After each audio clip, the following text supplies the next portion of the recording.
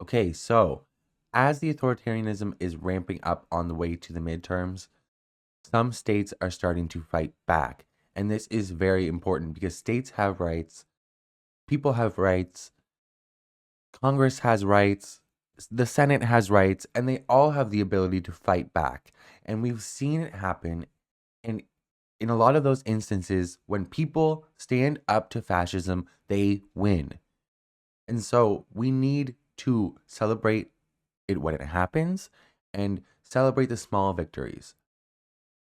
So Minnesota sues Trump administration to end surge of ICE agents in state. Lawsuit comes in the aftermath of an ICE agent fatally shooting Minneapolis resident Renee Nicole Good brutally in the street.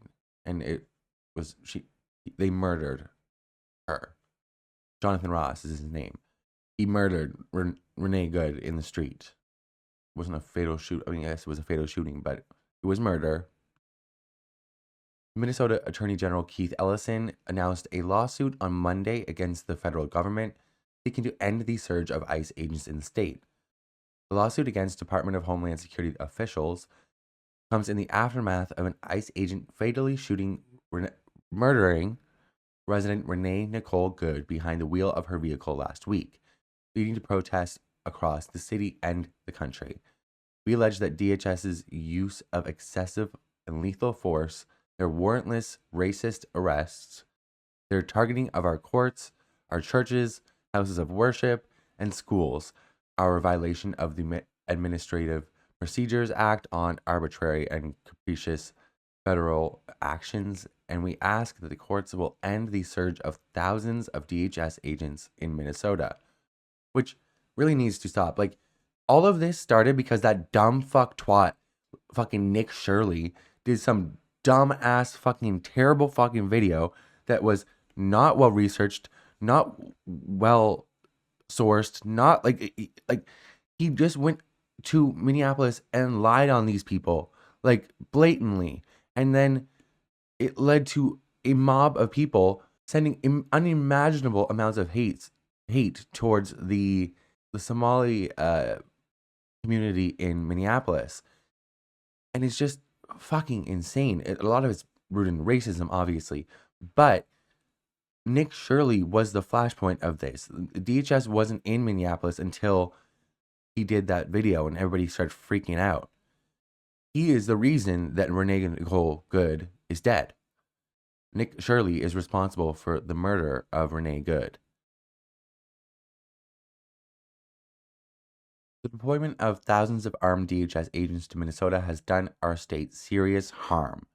This is in essence a federal invasion of the Twin Cities and Minnesota, and it must stop. Ellison said during a press conference, noting the shutdown of schools and the closure of local businesses. This surge has made us less safe. Absolutely. People are getting fucking murdered in the fucking street. That same day that Renee Good was murdered, there was a guy who was shot like in the face point blank with a pepper ball. That's like getting shot point blank. Well, first of all, the pepper that's a pepper ball is meant to control crowds, not individuals, and they're not meant to be shot in the face with them. Second of all, it's like a paintball gun. If you've ever been hit with a paintball gun, it's not a good feeling, and that's usually at a distance. It was like point like eh, God. A motion for a temporary restraining order will be filed today ahead of the lawsuit, said Assistant Attorney General Brian Carter. Ellison described the federal agents as poorly trained and contrasted them with the training of Minneapolis police, noting that local police have had to respond to 20 instances of ICE agents' apparent abduction of Minneapolis residents. Absolutely fucking insane.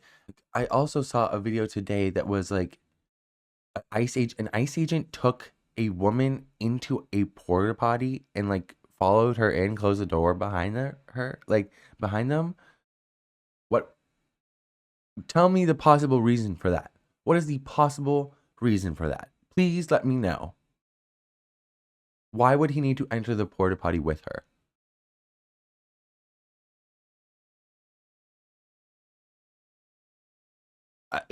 there isn't a reason. So what the fuck? Also, like ICE agents already had like terrible training, like not enough. It was like what, like 6 months, like probably the same as like a fucking cop. But now they changed it in this administration. They changed it to 47 days. 47 days because Donald Trump is the 47th president. Yeah. Um like I have no words. Like the absolute tomfoolery of this fucking bullshit fucking administration is absolutely fucking insane. What? They're making unconstitutional arrests and using excessive force. DHS agents have barged into restaurants asking to access secure areas. Jesus Christ. And when asked to present a warrant, which is required by law, they respond, "We don't need one." The fuck you don't? What are you fucking talking about, bitch? What? Hello? They seriously are the Gestapo. Like, it's actually, like, it's insane. And anybody who says it's not is in a cult, like a death cult. It's insane. You're people. If people watched that video, not if people, a ton of people watched that video and did not use their eyes to see what happened. Like, their brain got overridden with like they couldn't see it for what it was. Like, and then they thought releasing the video that the dumbass, dumb fucking ICE agent, Proud Boy motherfucker Jonathan Ross took, they thought that was gonna exonerate them. Bitch. As if. The fuck? This has to stop. Let's be clear, this should never have started. In the press conference, AC Thompson of the PBS Frontline asked if the lawsuit aimed at restraining the use of crowd control weapons. "My whole crew got pepper sprayed today by federal agents," Thompson said. "Are you aiming to do anything about them?" Ellison encouraged Thompson to file a complaint and make sure people know what happened to you and your crew. The press is protected by First Amendment and is vitally important in this moment when freedom of the press and every First Amendment right is under a threat. Well, like this has been what has been like infuriating me is that, like, the press is like one of is a pillar of democracy. They have to they're our first line of defense against fascism, and they have not been doing their jobs. They have been capitulating to this fascist authoritarian regime so much, and both siding or and like both sizing stuff, and like uh, they do not treat Democrats with the same level of scrutiny that they treat Republicans, and it's absolutely fucking insane. Like, Donald Trump and the vice president can basically come out and say that the woman deserved to be murdered, and the news will ask the mayor of Minneapolis, Jacob Frey, if he should rethink his fucking comments when he said "get the fuck out of Minneapolis." Wow, he said "fuck." The other side said she deserved to die. Hmm. Huh. Like, we are not judged with the same lens. We're not judged with the of same set of like scrutinizing factors that they are. Like, they face so much less scrutiny than we do. And for what? Like, what? Democrats can do everything right and be like, and then be like, "Oh, should you should you have like maybe like tried to turn down the temperature? Shouldn't have the president? Shouldn't the vice president like eat my ass?" NBC. That's what I'm talking about, by the way. But it's not just NBC. It fits into a greater narrative that the press has just been absolutely failing at their jobs. Just an absolute disgrace to journalism. The American press is just bullshit. It's fucking bullshit. Corporate bullshit. Well, that's what CBS stands for. Ellison noted that Minnesota's non-citizen immigrant population is just 1.5%. 1.5% of the people in Minnesota are undocumented immigrants, and they're roaming the streets, rounding people up. What? Which is half the national average. Jesus Christ. So it's like this isn't even like a hotspot for undocumented immigrants. I mean, it's also Minnesota. Most of the undocumented immigrants in the United States of America happen to be of Latin descent. Not huge populations of Latin people coming down across the border, going to the United States from Canada. Bitch, please. For what? In one benefit. Okay. Like, we're not clamoring to get in at the border, bitch. So why are you at Minnesota? Does that make sense to anybody? The fuck? And also, like you said, half the national average. Our state's percentage is lower than Utah, Texas, and Florida's, he said, suggesting that the Trump administration has targeted Minnesota out of political bias. Well, of course he has, but also because that dumb fuck twat Nick Shirley. Ellison also alluded to Minnesota and its Somali immigrant population coming under vitriolic attacks from the White House and right-wing media after a series of social services fraud cases drew conservative attention in recent weeks. And the person, like the ringleader of these fraud cases, was a white woman. White woman. But what, like, okay, like 50 Somalis, like, committed fraud, like municipal fraud. Yeah, that's bad. But I don't really care about municipal fraud cases ever. Like, what are we talking about? Like, who gives a fuck? Donald Trump doesn't seem to like our state very much, Ellison added. Well, duh. Yeah, Tim Walz is the governor, bitch. The Twin Cities' response to a surge of thousands of federal agents has taxed the law enforcement capacity of Minneapolis and St. Paul, each of which has about 600 police officers, said Jacob Frey, the mayor of Minneapolis.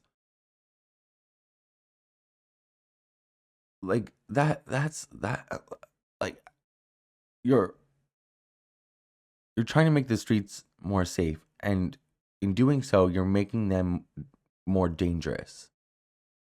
You're failing at your one job. One.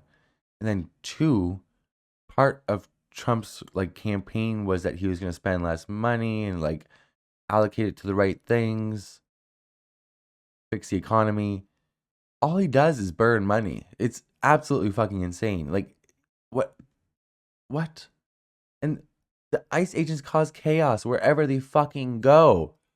Chaos does not. Chaos is not good for municipalities. Like, hello.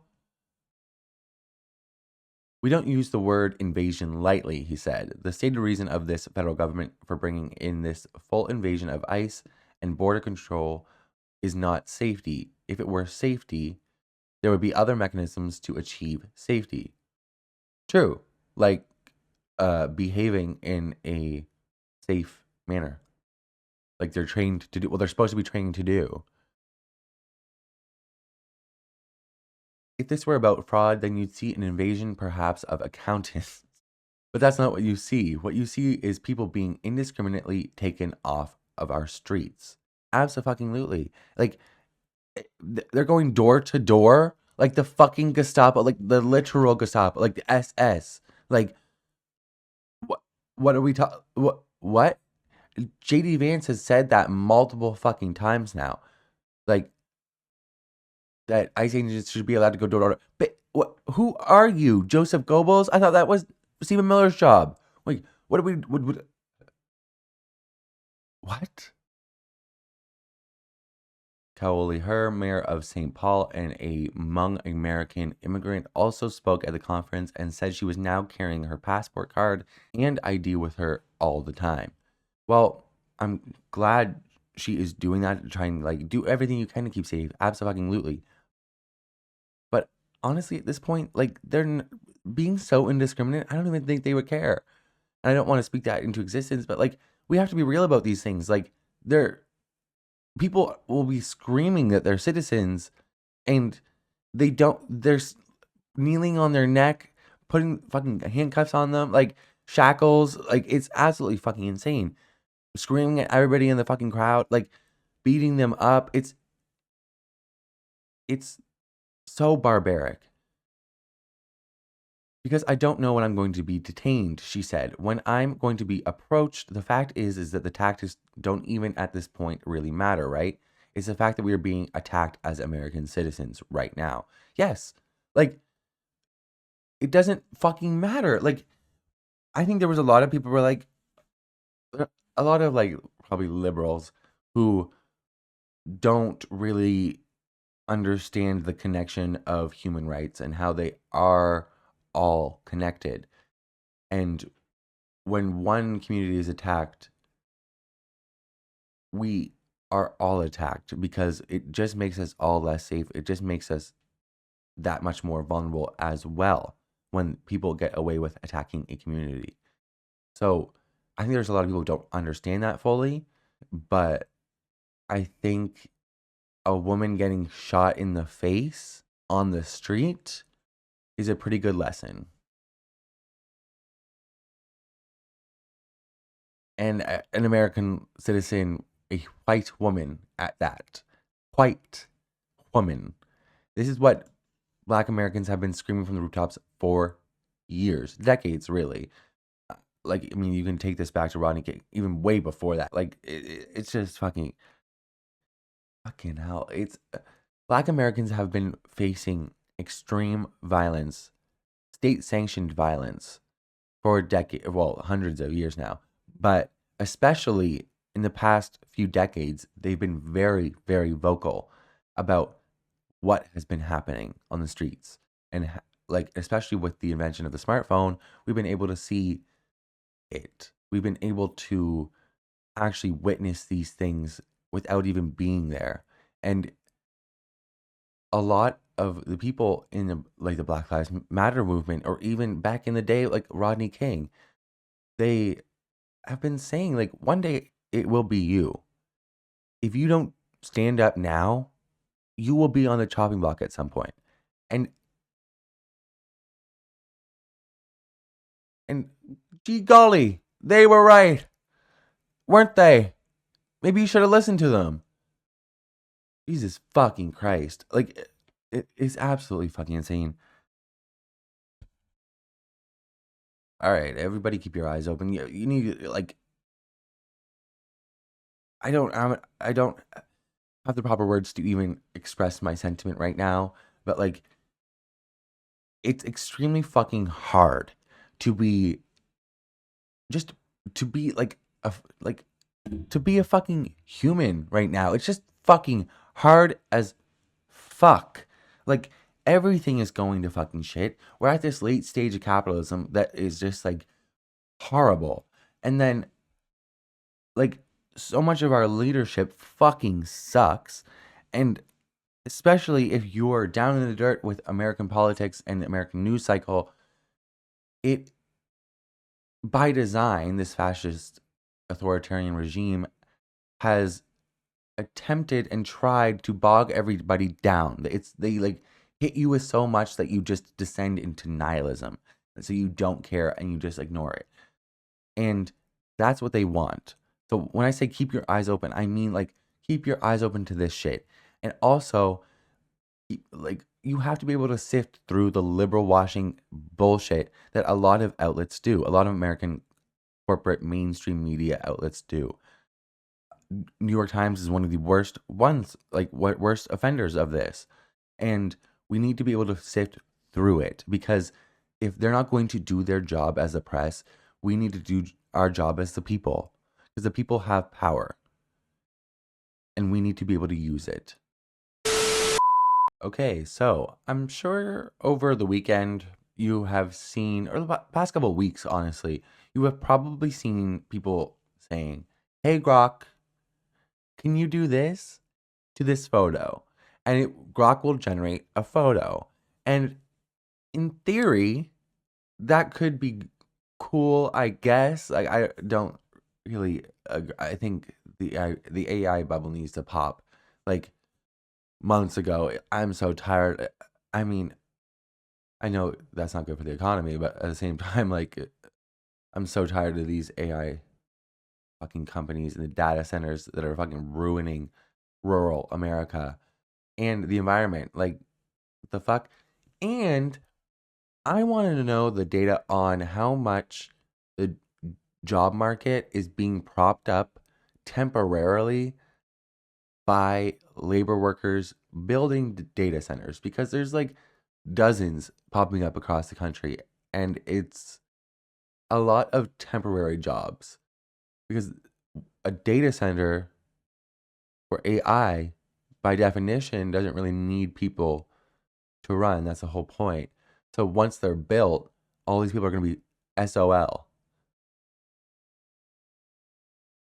Anyways, so tangent. So over the past couple of weeks, like I said, Grok got this new feature that he could digitally like Photoshop pictures pretty well, honestly. And it started pretty like tame of the shit that I saw, where people would say like, "Hey Grok, remove the pedophile from the picture," and it'd be like a picture of some person with Donald Trump, and it would remove Donald Trump. So like fairly like tame, like just jokes, like trying to like riff at the president. Then I saw a screenshot of somebody asking Grok to put that little girl from Stranger Things. I don't know what her character is. I just saw her like the promos and stuff. The little one. They asked Grok to put her in a bikini. I almost lost my mind because what are you talking about? What? Hey, wait. First of all, what? Second of all, ew. Third of all, fuck you. Because no. And why is that allowed? Okay, why? That had been the first time I had seen somebody like ask Grok to put somebody in a bikini. And the first time I saw it was a fucking child. And I was like, okay, no, wrong. This is, no, we can't do this. Absolutely disgusting. And I was honestly disgusted in general that you could just ask Grok willy nilly to put this person in a bikini. And then I started seeing it so much fucking more. Like, I started seeing so many fucking screenshots of the replies of just innocuous tweets. It'd be like reporters or just like random influencers or what, like just people on Twitter, like people existing on Twitter, women existing on Twitter, and all the replies be filled with fucking gross ass fucking pigs saying, "Hey Grog, put her in a bikini," just like unconsensually violating these women by undressing them like with this tool that Elon Musk made available to everybody. Like it it's absolutely fucking insane. And it just kept on getting worse and worse. And it's still worse. And now the motherfucker came out and was like, Elon, he came out and said, fucking oh, I'll just make it available for premium users. What? So now you can make sexually explicit content of children, see Sam, for just $10 a month? It's just premium X. Wait, what? Wait. What? What? Why not put like barriers in place to where people cannot fucking do that? Hello? You're just like your daddy, aren't you? That's fucking gross. You're a pig. Ew, Elon. Ew. Okay, so let's get into this article from the Guardian.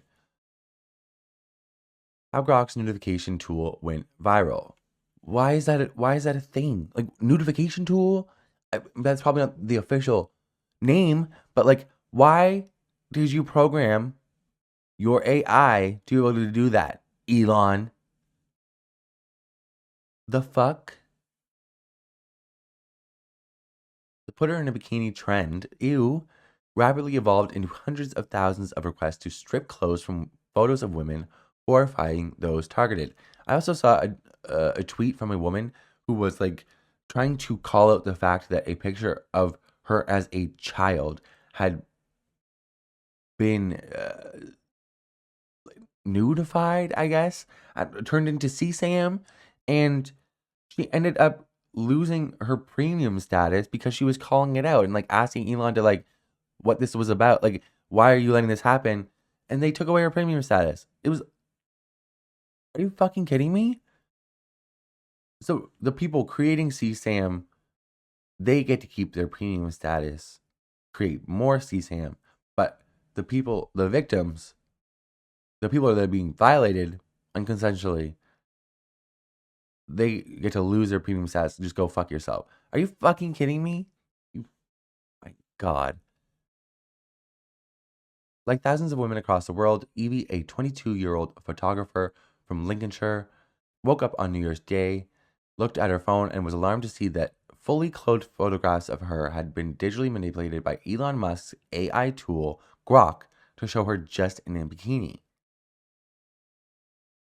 Huh? What? Like, what?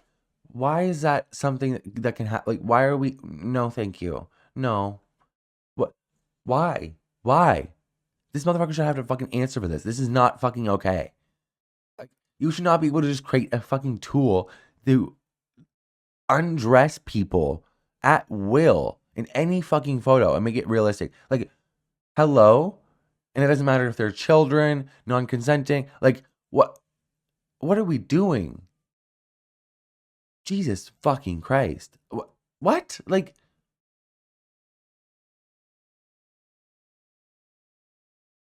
to put her in a bikini trend? Gross. Gross. Men are disgusting. Blow them off the earth. No more men. Began quietly at the end of last year before exploding at the start of 2026.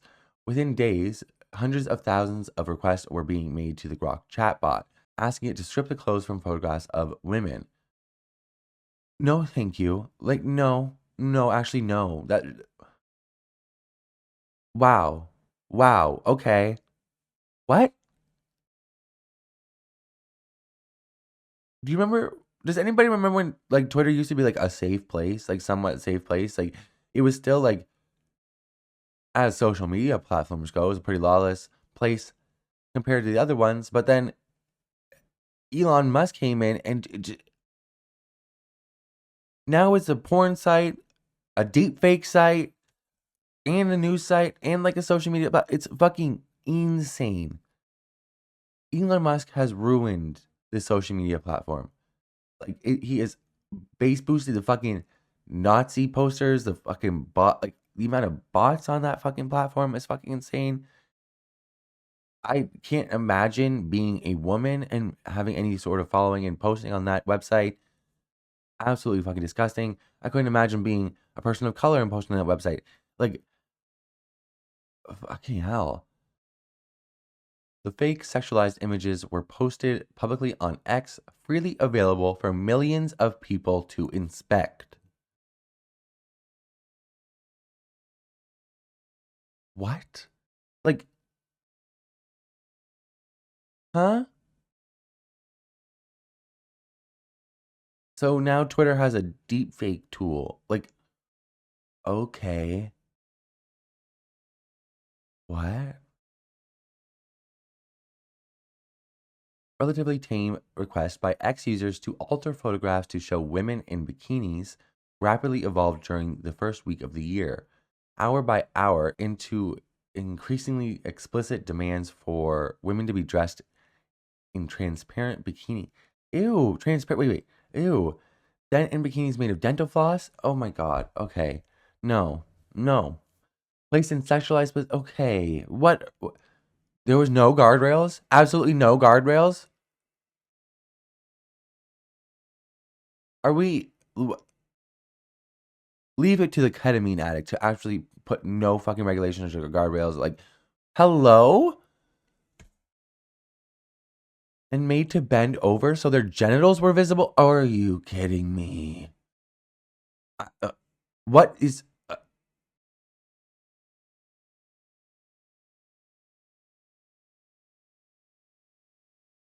uh, okay. Mind you, like I said, Twitter is basically a porn site as well as a social media platform. There are hundreds, if not thousands, of women. Well, thousands. There are thousands of women, tens of thousands of women on Twitter showing their pussy. Why the fuck do you need to digitally violate somebody like this? Why is consent such a hard concept to grasp? Hello? Like, what?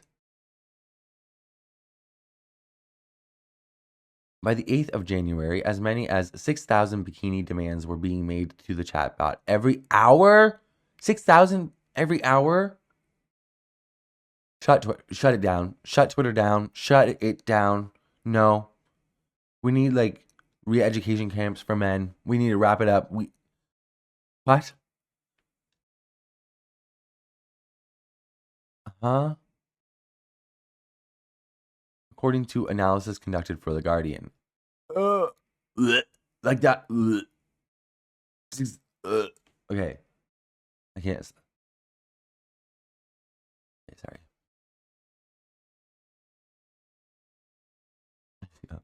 Okay, sorry. Sorry. Sorry. Okay. Oh my god, I keep thinking about it. Okay. 6,000 an hour. Okay.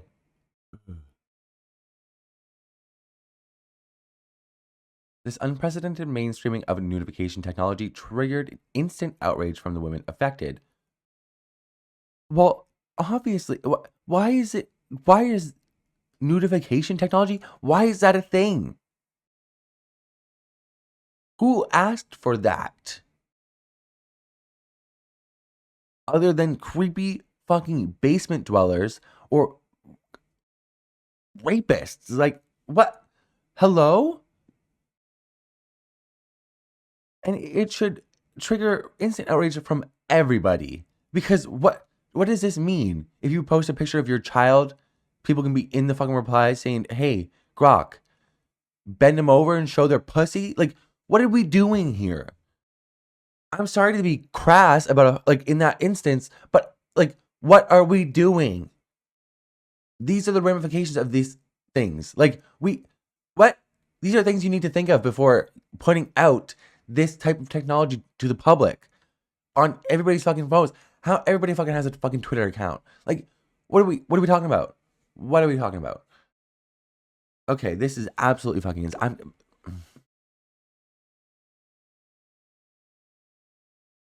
but it was days before regulators and politicians woke up to the enormity of the proliferating scandal. The public outcry raged for 9 days before X made any substantive 9 days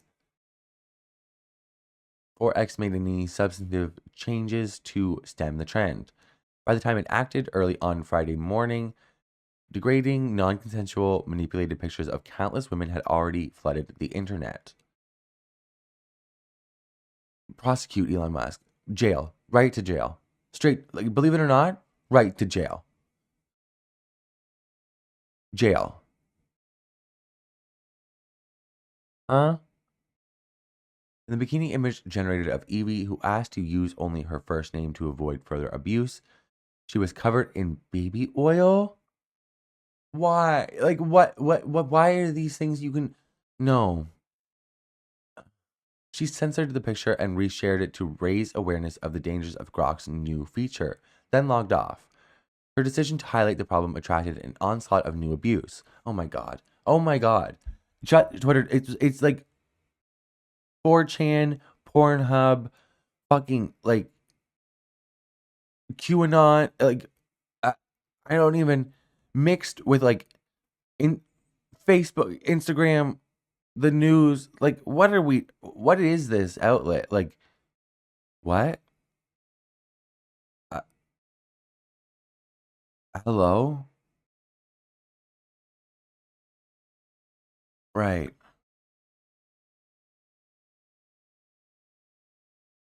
Users began making even more disturbing sexual images of her. Wow. So she speaks out, and everybody's like, shut up.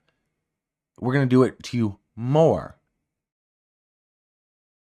I don't under what you're a sociopath. You're a psychosexual sociopath at this point. Like, what are we doing? What are we doing? Somebody posts about how they felt violated by this dangerous technology, and your response is to do it more? Use the technology to violate her more? Seek help. Seek help. And if not, go to hell. I hope it's hot.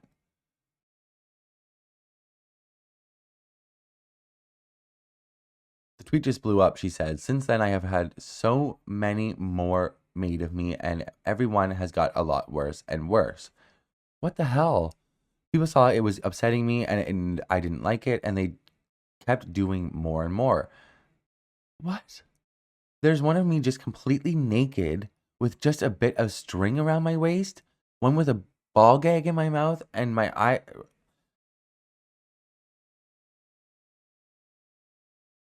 Okay, no. And my eyes rolled back. The fact these were able to be generated is mental. Yes, absolutely it is. What the I'm so sorry. Like if you I'm sorry to anybody who's had this done to them. Like this is absolutely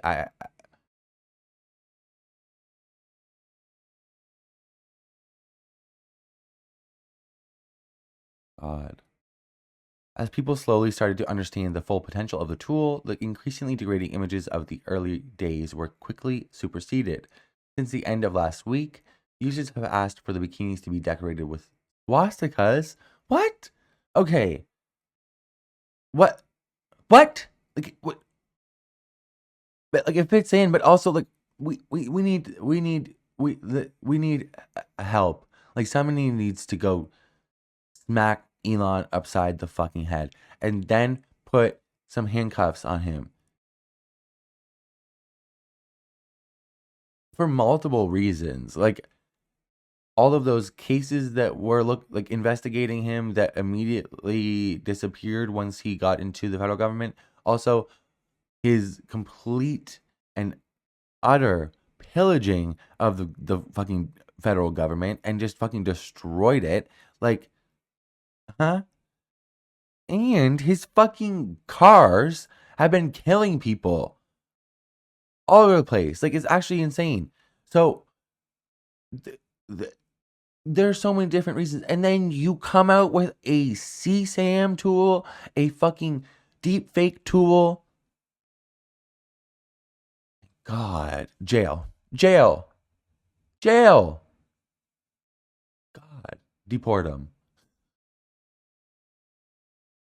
They've asked for swastikas or asked for no for white semen-like liquid to be added to the women's bodies. Oh my god! Pictures of teenage girls and children were stripped down to revealing swimwear. Like pictures of teenage girls and children, and these are all of the people that were screaming about the Epstein files when Trump was on the campaign trails.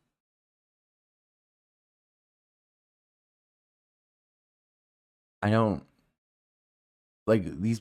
Uh, there's and the FBI, who's in charge of investigating things like this in America, is being run by a boob, Kash Patel, cuckoo cuckoo, a severely unqualified fool, a peon, a a terrible person, just a absolute fucking cuck to fascism and authoritarianism, but he's also just a fucking loser. Jesus fucking Christ.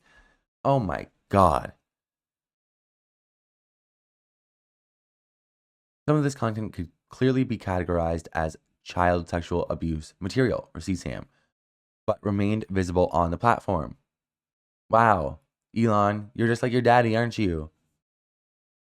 Apple don't fall from far from the fucking tree in the Musk family. Damn.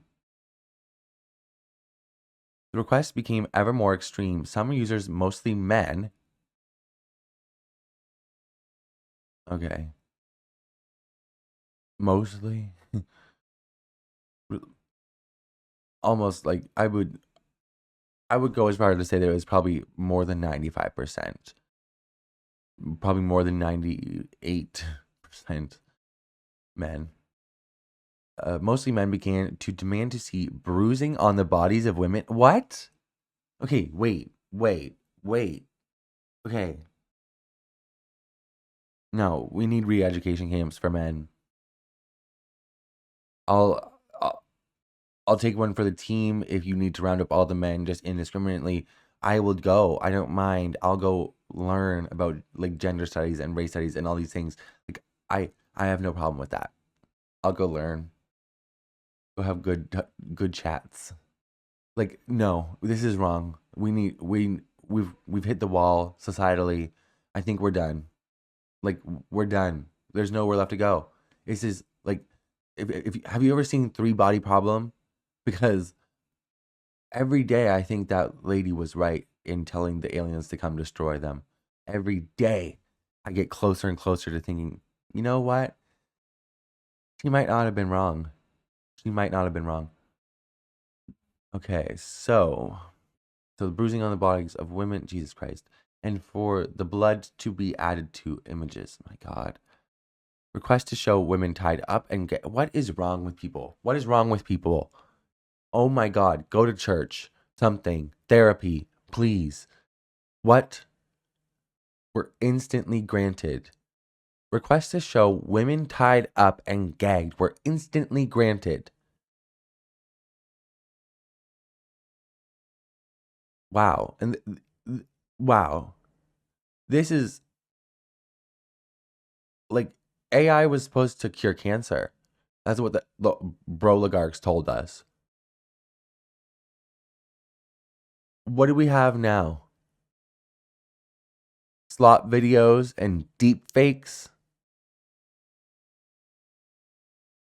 Wow.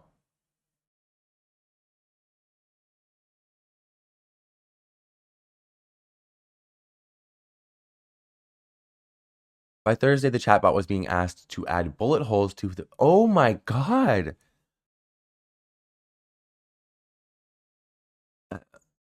Uh, okay. The chatbot was being asked to add bullet holes to the face of Renee Nicole Good, the woman, mother, and wife killed by an ICE agent in the US on Wednesday. Grok readily obliged, posting graphic, bloodied, altered images of the victim on X within seconds.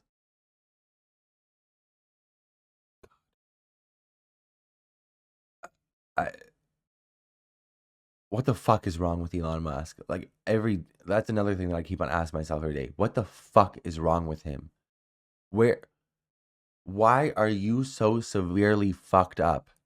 And why do you feel the need to subject the entire world to it? Like what the fuck went wrong in your life that you think this is an appropriate way to behave? You ketamine addict. The fuck?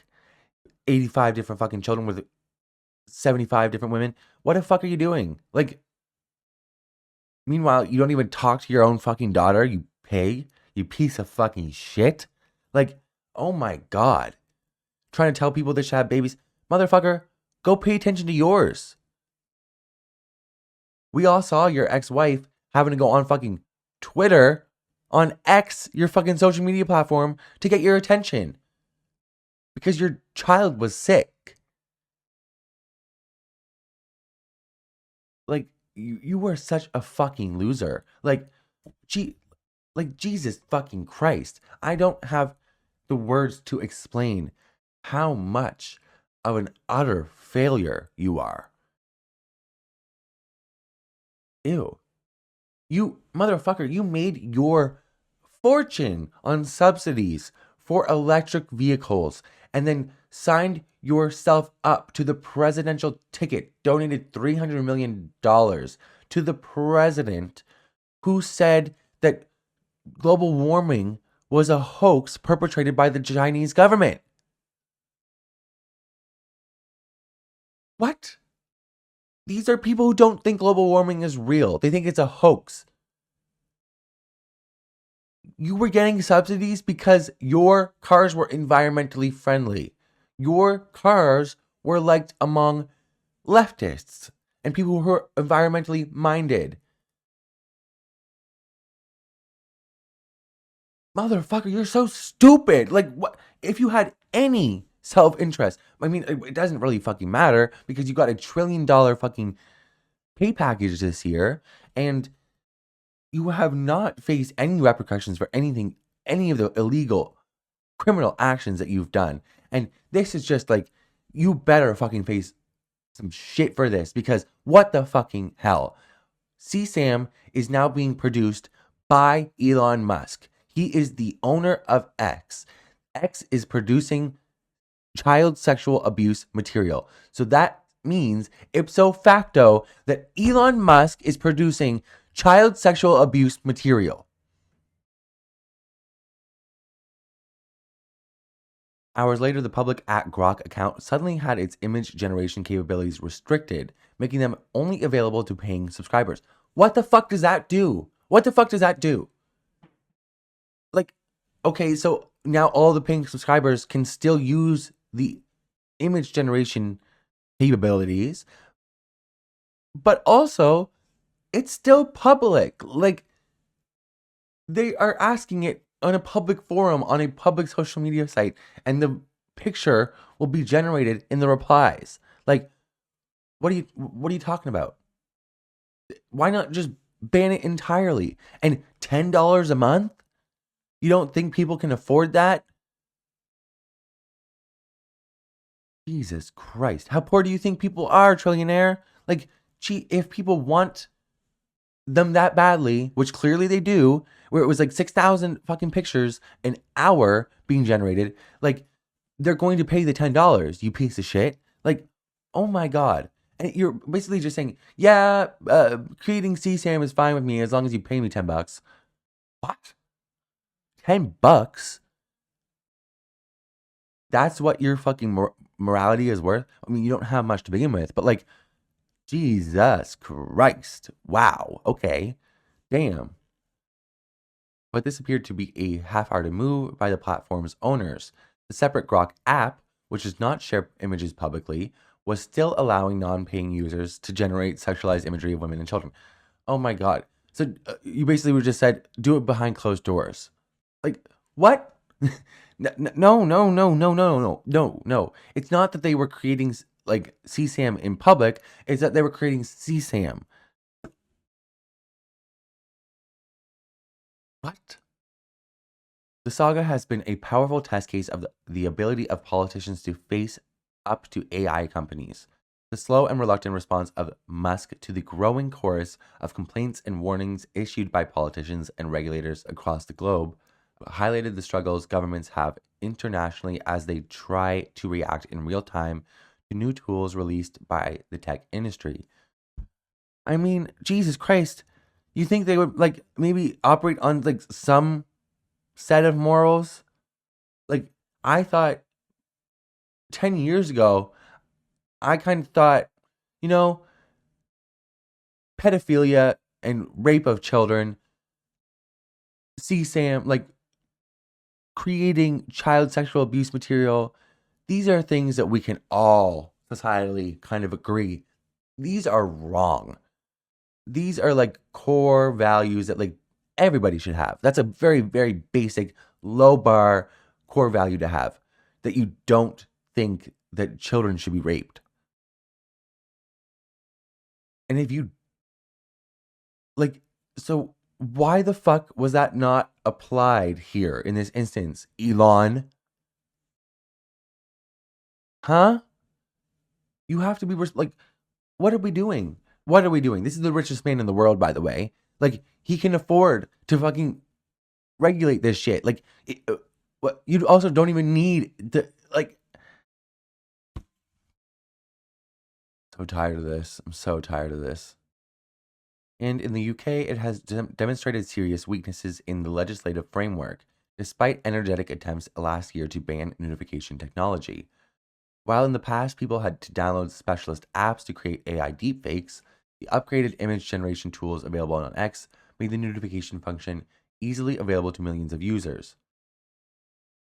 I I mean, how many people use X? There's probably like over a billion people on like my god.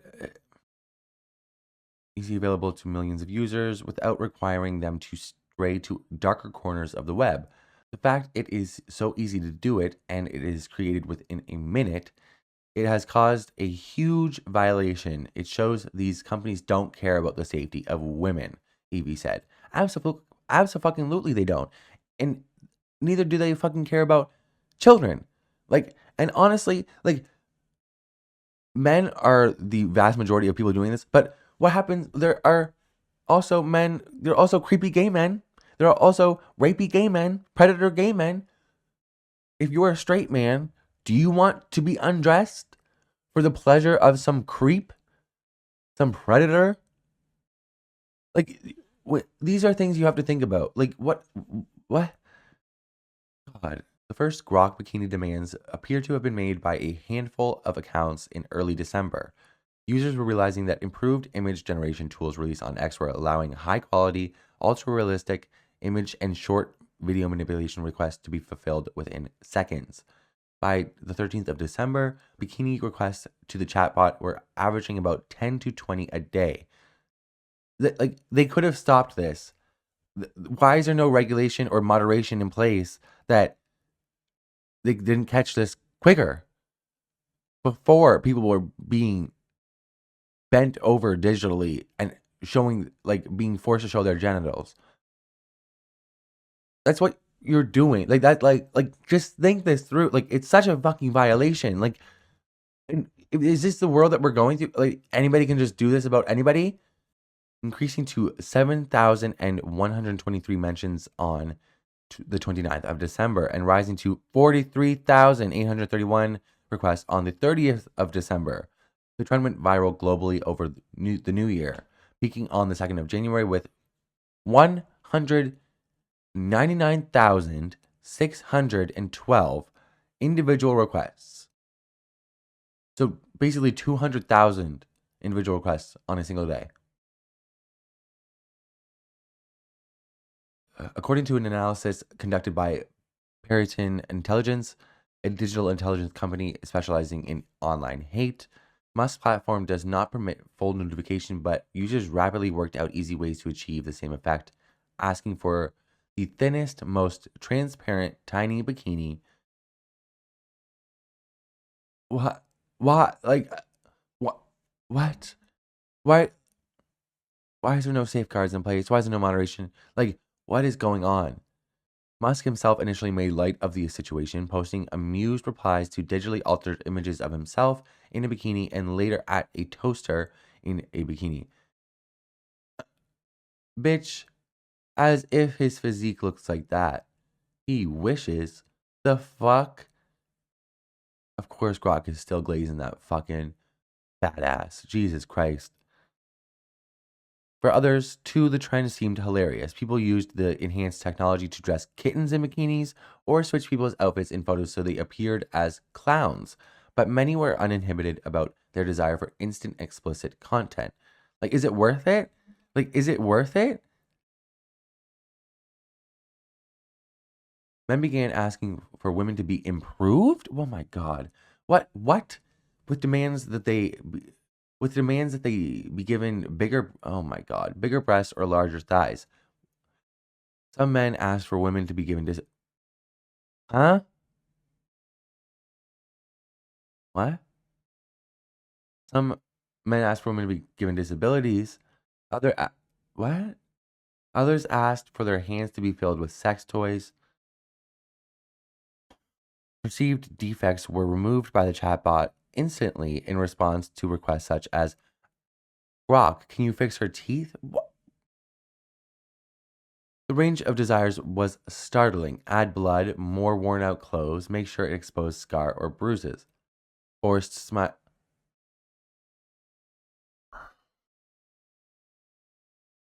Shut it down. Shut it down. Shut it down. Wow. Okay. Replace the face with that of Adolf. Huh? Add splashed and splattered organs? Put them in the Russian gulag? Make her pregnant with quadruplets?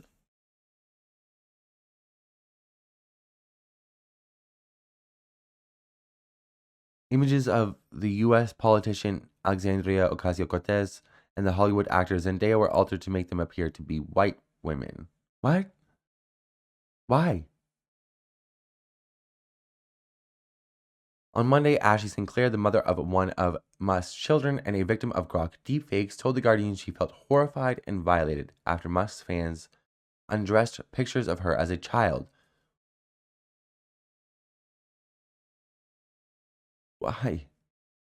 She felt she was being punished for speaking up against the billionaire from whom she is estranged, describing the images as revenge porn. It's like Elon fucking crony, like Elon fanboys, basement dweller neckbeards, Asmongold viewers are like making revenge porn for Elon. Like, oh my god, get a life, you fucking maggot. Ugh, you disgusting. Let me get my roach spray. Like, seriously, go take a shower, you fucking imbecile. The fuck is wrong with you? Oh my god. The parents of a child actor from Stranger Things complained after a photograph of her aged 12 was altered to show her in a banana print bikini.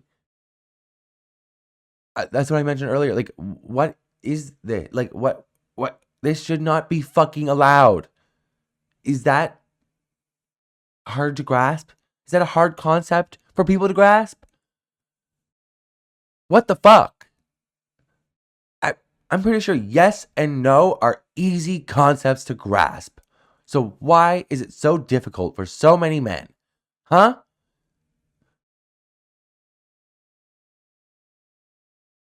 As women's complaints became more vocal, the UK regulator Ofcom said it had made urgent contact with Musk and launched an investigation that prompted one user to ask Grok to clothe the regulator's logo in a bikini. What? What? Like, why? Why? You're a fucking weirdo. Like, you're just a fucking weirdo. Like, you're that much of an Elon dick eater?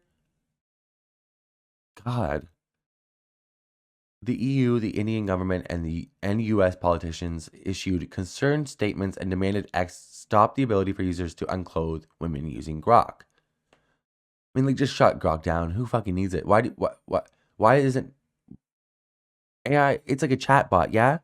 Why do you need to have a chat bot on a website, on a social media platform? Like, you're supposed to be talking to other people. Like, that's the whole point, is to be social with people. Why not just keep Grok on its own app, first of all? And then second of all, what the fuck is this? Yes, this should never have been allowed in the first place. Hello? An official response from an ex-spokesperson said anyone generating illegal content would have their account suspended. Oh my god. There's straight up Nazis on Twitter that get boosted by the algorithm because that's how Elon Musk wants it. So I really doubt that there's going to be moderation in place for this shit. Like, you allow porn on your site. Where is the, like, my god. Suspended, not even like banned. Like, suspended or shut down. Like, what is that? Is it suspend? I want to know the direct definition. Putting the onus on users not to break the law. Girl, like, what the? It's on your website. Your social media platform is making it. It's posting it. It's holding the data of these violating photos, some of them regarded to be CSAM. Like, what do you mean? What do you mean?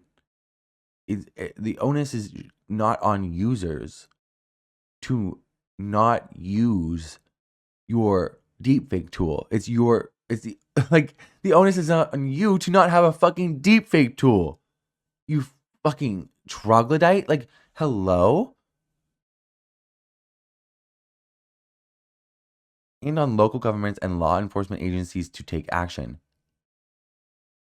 Okay. Well, hopefully they'll take action on you, X.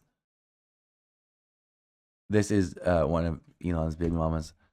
She might have been the one that I was talking about earlier at the beginning of the of this video. Now that I'm thinking about it, but I'm not sure. But the images continued to multiply. Professional women who had posted mundane photographs of themselves on X in work settings or in airports noticed that the fellow X users were demanding their outfits be stripped down to transparent bikinis.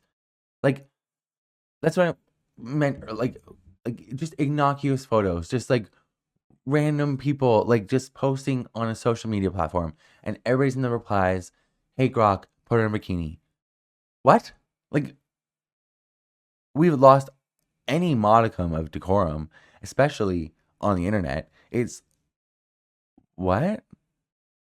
Like, what? UK Love Island host Maya Jama said her worried mother had alerted her to the presence of an explicit, digitally altered images of her on X. On Tuesday, Jesseline Kane, who works in planning enforcement and is a survivor of child sexual abuse, said she was receiving extreme abuse online after highlighting how Grok had agreed to digitally alter a photograph of her as a fully dressed 3-year-old to put the child in a string bikini.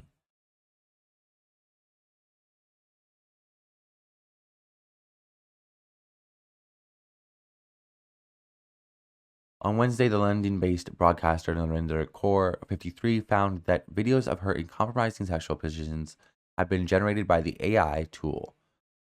One showed her passionately kissing a man who had been trolling her online. It's so confused. What? That is so much of female like hate towards women is paired with like this extreme sexualization and like violent nature. It's so demonic. Like, I don't understand. Like, Jesus. It is so confusing. For a second, it just looks so believable. It's very humiliating, she said. These abuses obviously didn't happen in real life. It's a fake video, but there's a feeling in you that it's like being violated. Absolutely. She had also noted a racial element to the abuse. Men were generating images and videos of her being deported. What the fuck? As well as images of her with her clothes removed. Oh my God.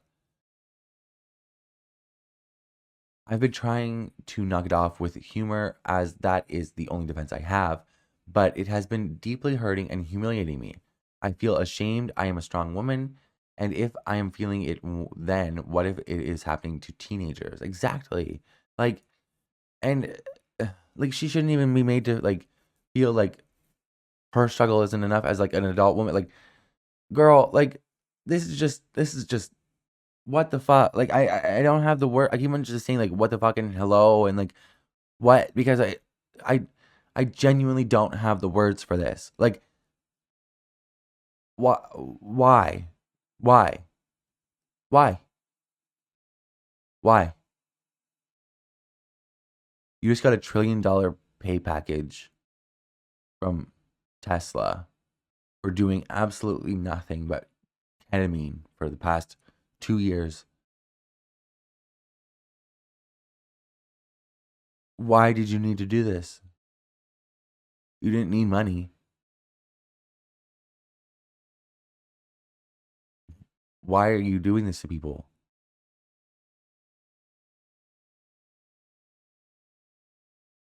CNN reported later that day that Musk had ordered a staff at XAI to loosen the guardrails on Grok last year.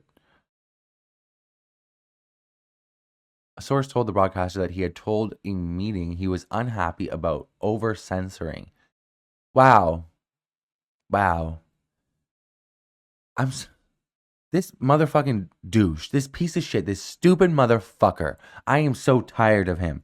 He needs to go back to South Africa. Send him back. Like, he fucking cries and cries and cries about censorship, the UK, the EU, censorship, free speech. It's not fucking censorship, it's regulation. There needs to be regulations in place so things like this don't fucking happen. So the law is not broken. Like, what are we talking about? Thousands of people violated because of you, Elon. That's what we're talking about. The fuck? He was unhappy about over censoring, and three ex-AI safety team members had left the business soon after. Well, I wonder why. In the UK, there was rising fury from women's rights campaigners at the government's failure to bring into force legislation passed last year that would have made this creation of non-consensual intimate imagery illegal.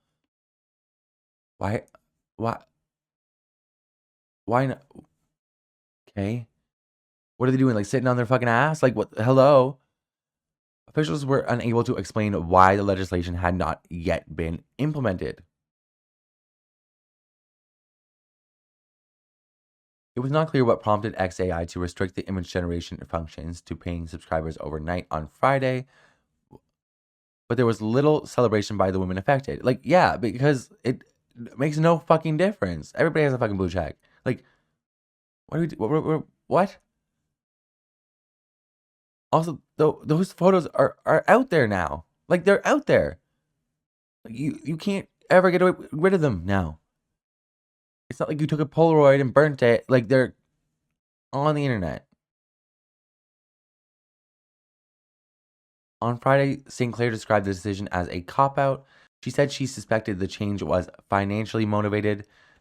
This shows they are probably facing some pressure from law enforcement, she said.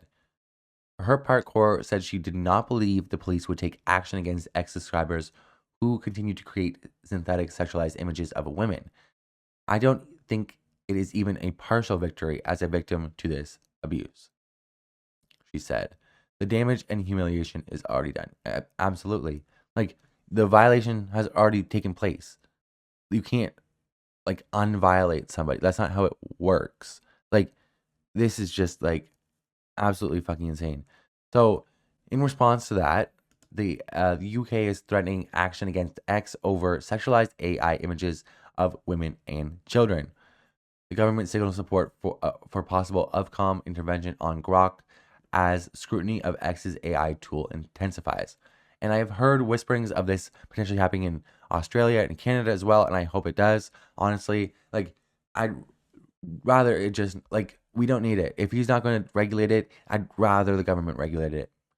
Like, if he has no morals, then somebody has to come in with some modicum of respect for the law and what is right and moral and just, like, and factual. That's another thing. All right. Keep your eyes open, everybody. This is fucking insane. Fuck Elon Musk. Deport him. Ew. Ew. Okay, so I want to talk about prediction markets a little bit here. I'm sure if you have seen any recent coverage of the Golden Globes, you might have seen polymarket bets plastered all over the coverage, which is extremely fucking dystopian, one, but it's also just like, why? Like, why? We don't, why do we need this? Why, why, why? Like, so I just pulled up what are prediction markets. You know what Google says. So prediction markets in which users can bet on the outcomes of events in everything from politics and world news to pop culture and sports. They have skyrocketed in popularity with the help of platforms like Kalshi and Polymarket, which Polymarket is partially owned by Peter Thiel, I believe, or fully owned by him. He also owns Palantir. He also owns JD Vance. and other things. Basically, prediction markets are just gambling on regular day outcomes. And like they can be benign as fuck or more important, like will Maduro be ousted as leader by the US? And to that point, somebody literally bet like $400,000 on that, like right before it happened. So it's very clearly insider trading. And this is part of the dystopian aspect of this, is that these outcomes are so adjustable. Like you could change the outcome of whatever the bet is if you have any connection to what is going on, because it's so broad in what is being wagered on. Like, let's go look at polymarket. So I was looking through them. Coming out as supreme leader of Iran by January 31st. If you had any knowledge inside of the government, you could go make a huge bet and make out with a lot of fucking money. And there's no way to fucking track it. Like, what? How do you fucking know? Fed decision in January? Like, will Trump acquire Greenland before 2027? Supreme Court rules in favor of Trump's tariffs. Like, sports bets. Is that more sports bets? I don't fucking know. Sports bets, sports bets, sports bets. Like, the outcome of a game versus an outcome of a fucking regime change. What are we doing? What are we doing? What? Even the game thing, like we've seen how sports betting has corrupted the outcome of sports. And like, so I don't understand why people were like, oh wow, look how corrupt sports betting is. Let's go do that for everything. Now we can change the odds of everything and anything in order to benefit us. Like Elon Musk, number of tweets, January 9th to January 16th. Are you fucking kidding me? If Elon Musk goes and bets like $1 billion on himself and then does the exact amount of tweet, like, what are we doing? US strikes Iran by when? Everybody, like, you can bet on whether or not people are going to die. I'm pretty sure one of the bets that was available on one of these websites was, will the UN classify what's going on in Gaza as a famine in 2025? Like, you could bet on that.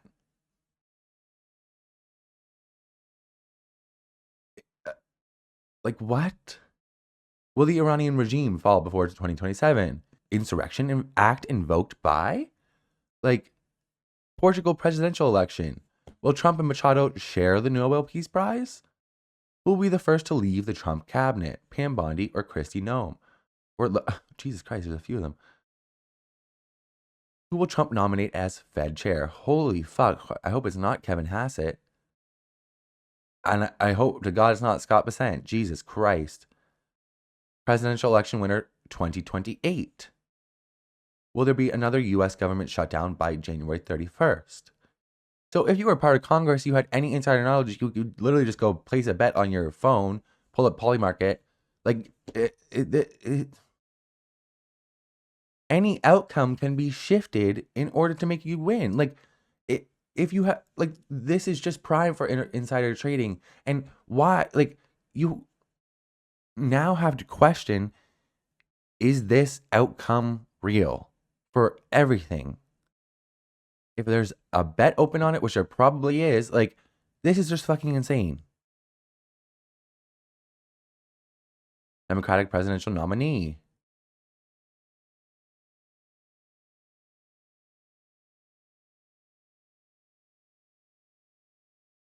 And a bunch of sports betting mixed in with like the outcomes of games. Like, it's just like crazy.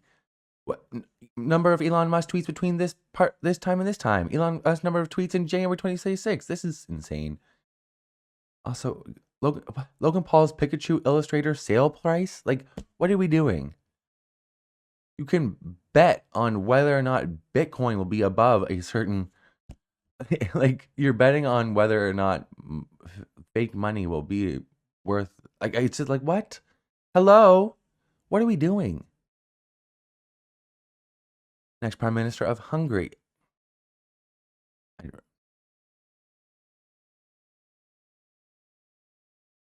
No comment.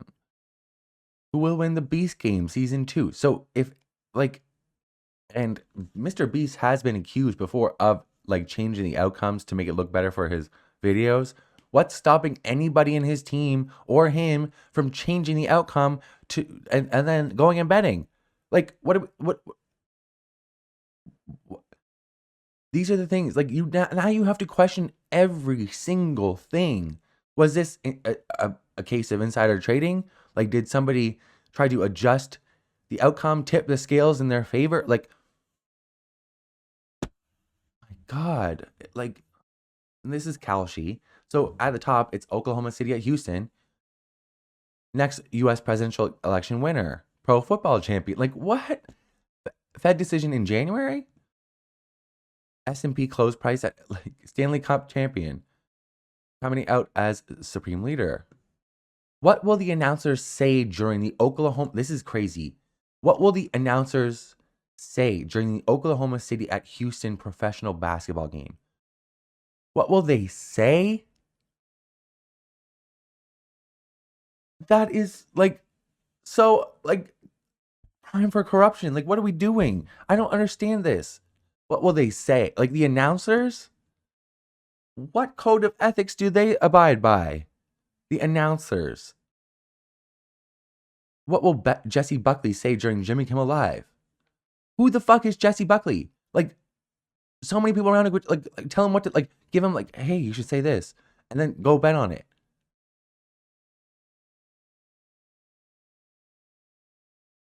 You can bet on the Rotten Tomatoes score of the Bone Temple. Like, who will successfully take over Warner Brothers? If you were working for Warner Brothers, you could go place a bet if you have any kind of insider knowledge. This is what I'm talking about. If you have insider knowledge, you could go place bets with no backlash. There's no regulation. Grammy Award for Song of the Year. Like, what? Top US Netflix movie this week. Highest temperature. You can literally bet on the temperature. The highest temperature in Chicago today. What?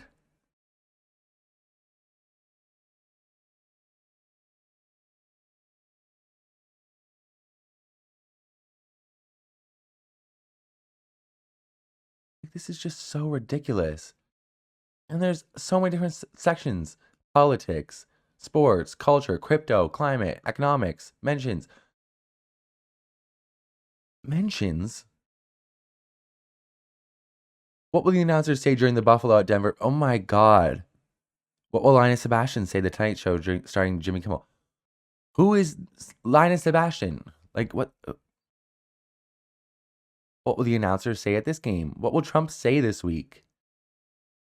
Literally just words. You can bet on whether or not he'll say his wife's name or IQ.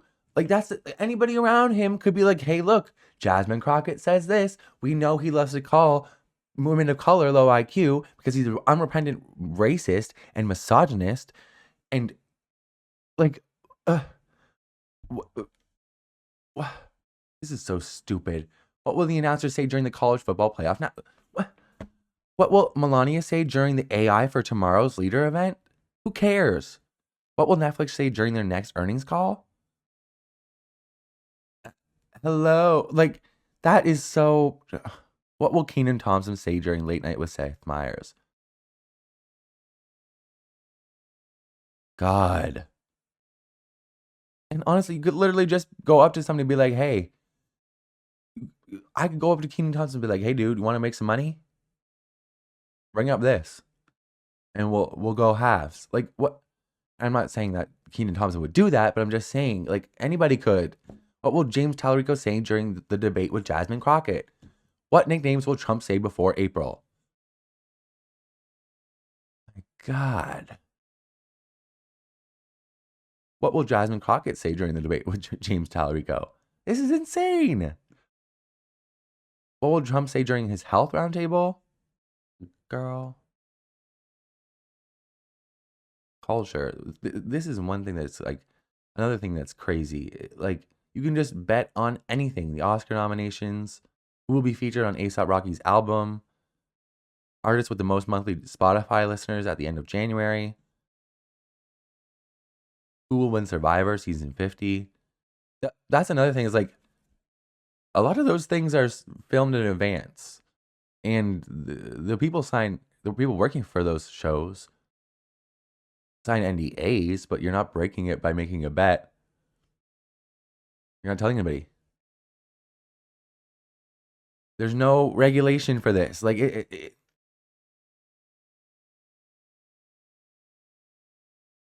who will attend the big game? Donald Trump, Jason Kelly, like climate. What? Highest temperature in LA today. This is a Black Mirror episode. Highest temperature in Miami. Oh, will it rain? You can literally place bets on whether it will rain today. $33,000 behind this. Okay. If you're literally taking bets on whether or not it's going to rain, I think you need help. Like, I think you need to go to, like, Gamblers Anonymous or something. What would they call that? GA? Companies. Like, this is one that's, like, primed for fucking insider trading. How many launches will SpaceX have this month?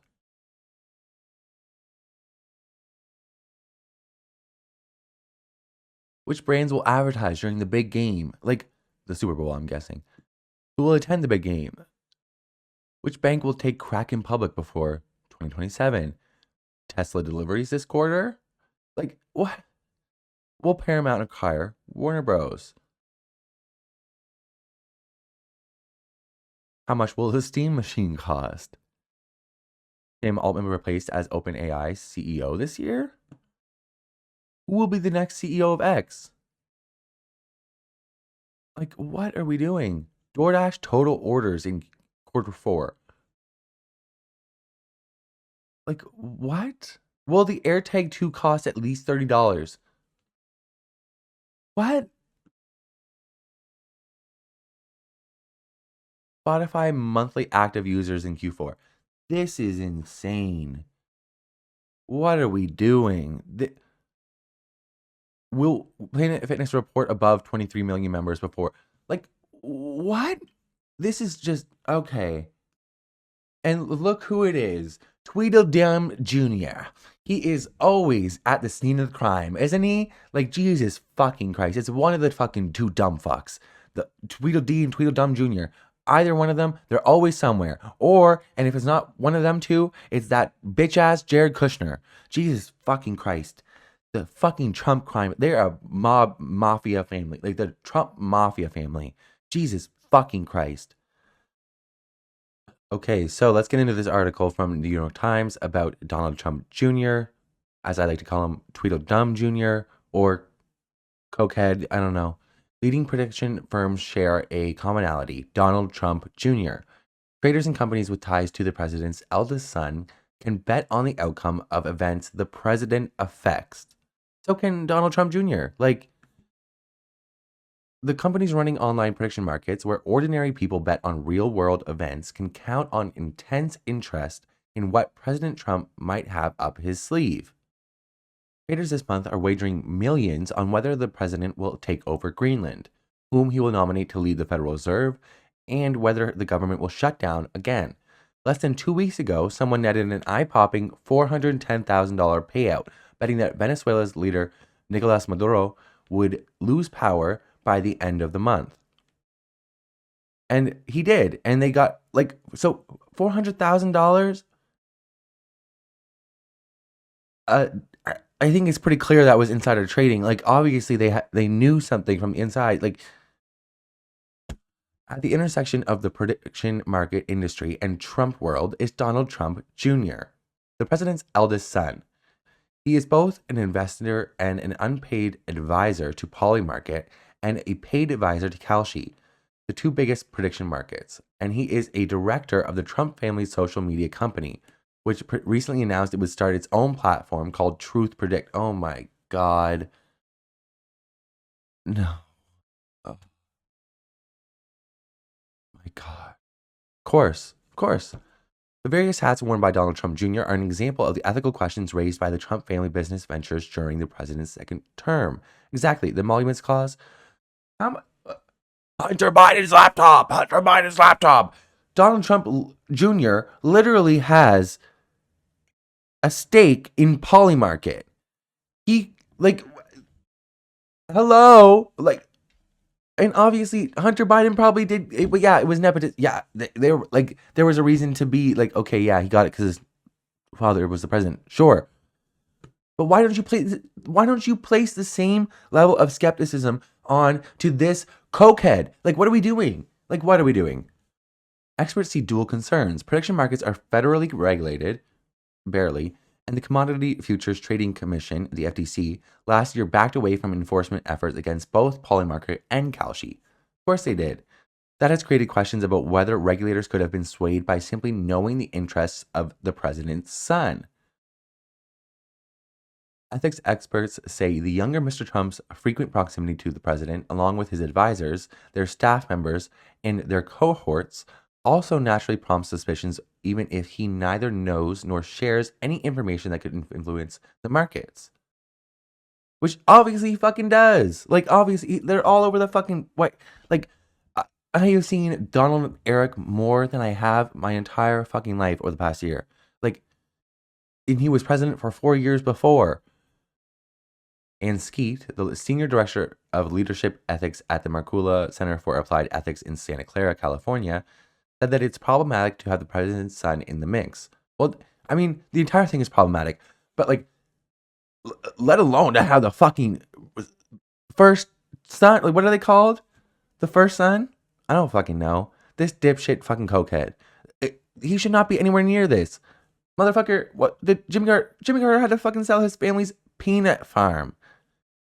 The Trumps have Trump vodka, True Social, Trump phones, Trump this, Trump that, the Trump trout, like Trump shoes, Trump everything. Like, it's absolutely fucking insane. The Trump coin, like, God damn it. Because he could be among a small group of people who actually know the answer to specific White House questions that people are betting on.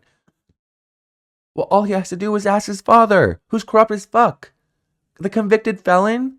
Yeah, I'm sure he'll tell his son what's up. Like, and if not, one of those dipshits around him will. Like, Pete Cakesbath, you don't think that motherfucker? That alcoholic? Like, Jesus fucking Christ. Andrew Sarabian, a spokesman for Donald Trump Jr., ew, what a terrible job to have, said his only involvement with prediction markets is to advise Kalshi and Polymarket on marketing strategies and to back Polymarket financially. Bullshit, bitch. Bullshit. What? Advise? Bitch, you have no... What business have you run well? What business have you run well?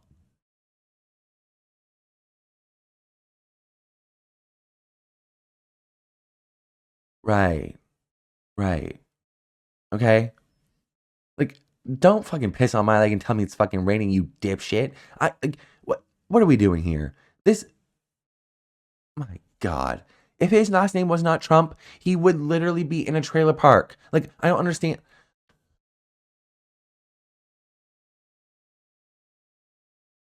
He said that Tweedledum does not trade on their platforms and that he never interacts with federal government on behalf of any company he has invested in or advises.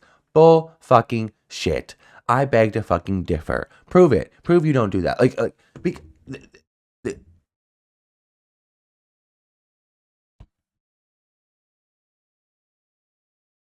the fact that Donald Trump, the one with the diapers, the one in the makeup, he has the nerve to say Biden crime family? Bitch, you act like a fucking mafia, you and your fucking sons. What the fuck? I mean, they're even on coke. Like, Jesus Christ.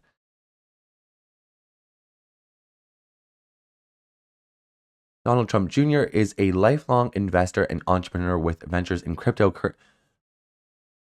cryptocurrency, real estate, drones, and the what? He's drones and the distribution of pharmaceutical drugs. Literally, crypto corrupt as fuck. Real estate pretty much corrupt as fuck. Landlords are corrupt as fuck. Drones and the distribution of pharmaceutical drugs. Huh? So you're a drug dealer? Wait. Mr. Sarabian said, and he operates like any other businessman.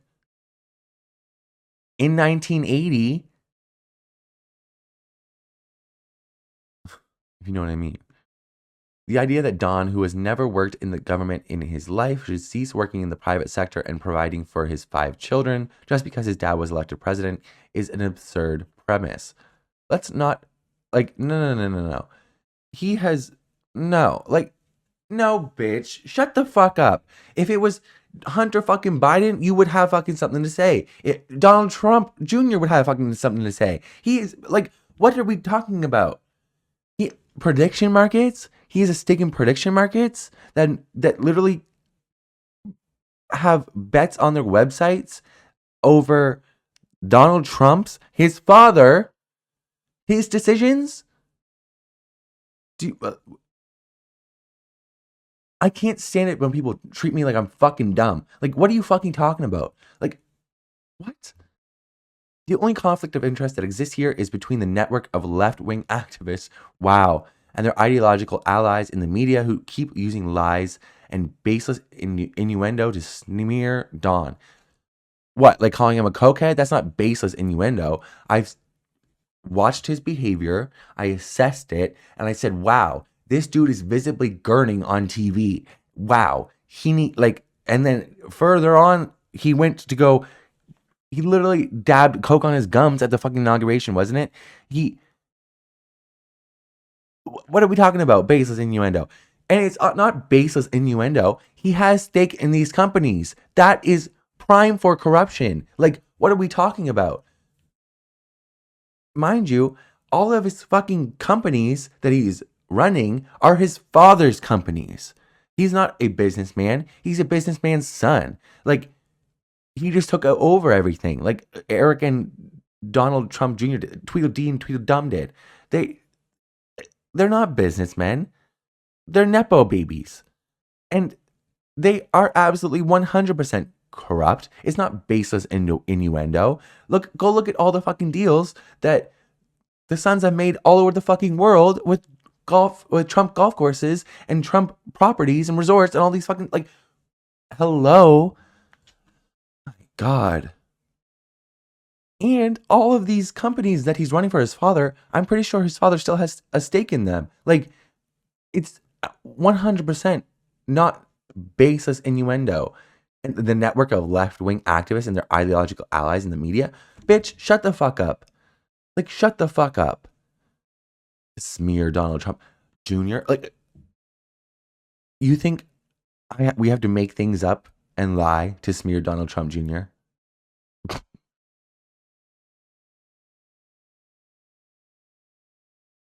Okay. Mr. Trump's involvement in prediction markets underscores how thoroughly the president's family is enmeshed in businesses that are subject to federal government oversight. The Trump administration has taken a distinctly friendlier regulatory approach toward prediction market platforms compared with the Biden administration. Of course they have, because they can get rich off of it. That dovetails with its pullback in enforcement against the cryptocurrency industry, which has been a hugely lucrative new field for the Trump family. Exactly. Like, there was the meme coin, Melania coin, they all had fucking cryptos. Like, what? It was all a fucking scam. Like, what are we talking about? Like, now we're getting specs from the fucking Trump phones, which were supposed to come out in, like, the summer, by the way, which were supposed to be all American made. They're not.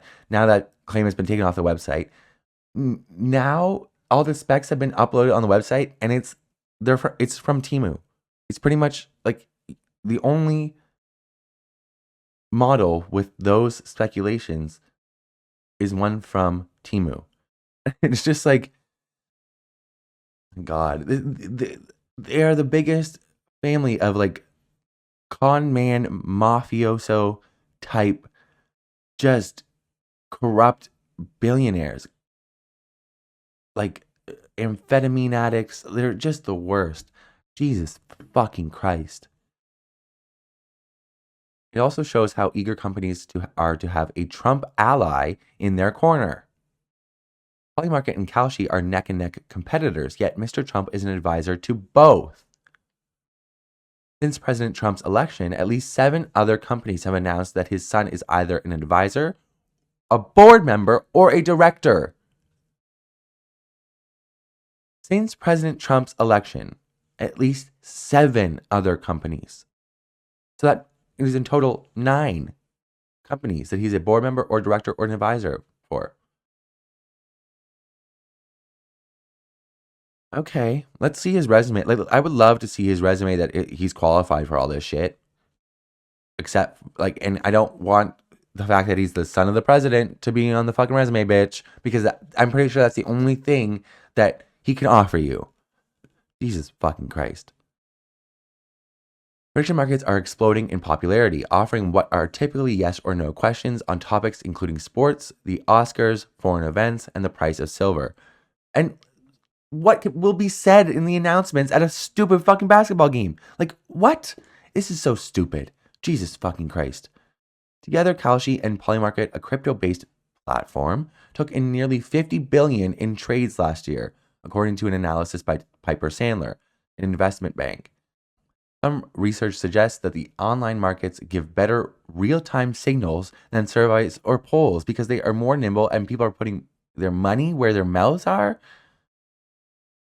The fuck they are. And motherfucking Harry Emden, or fucking, what's his name? Harry Enton?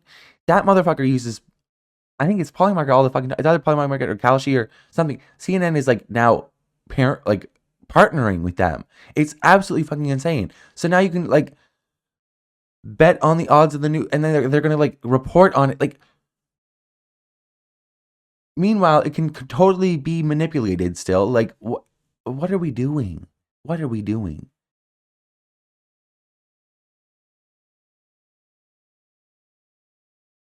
I don't have any words for it. Maduro out by. Jesus fucking Christ. Like, what are we doing? What are we doing?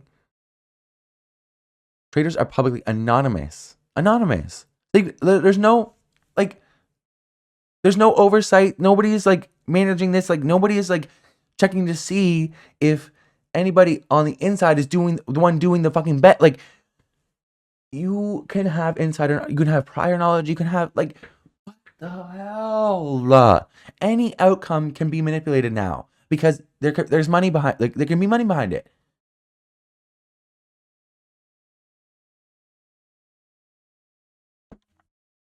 But Trey Upshaw, whose startup company Polysites monitors Polymarket's platform, said some wagers suggested bettors had insider knowledge. Of course he did. Mr. Upshaw said the trader who made a killing betting on the ouster of Venezuela's leader this month, for example, bet a total of about 34,000 against very long odds. That person used a brand new crypto account and wagered most of the funds just hours before the news of Mr. Maduro's capture broke. Just hours.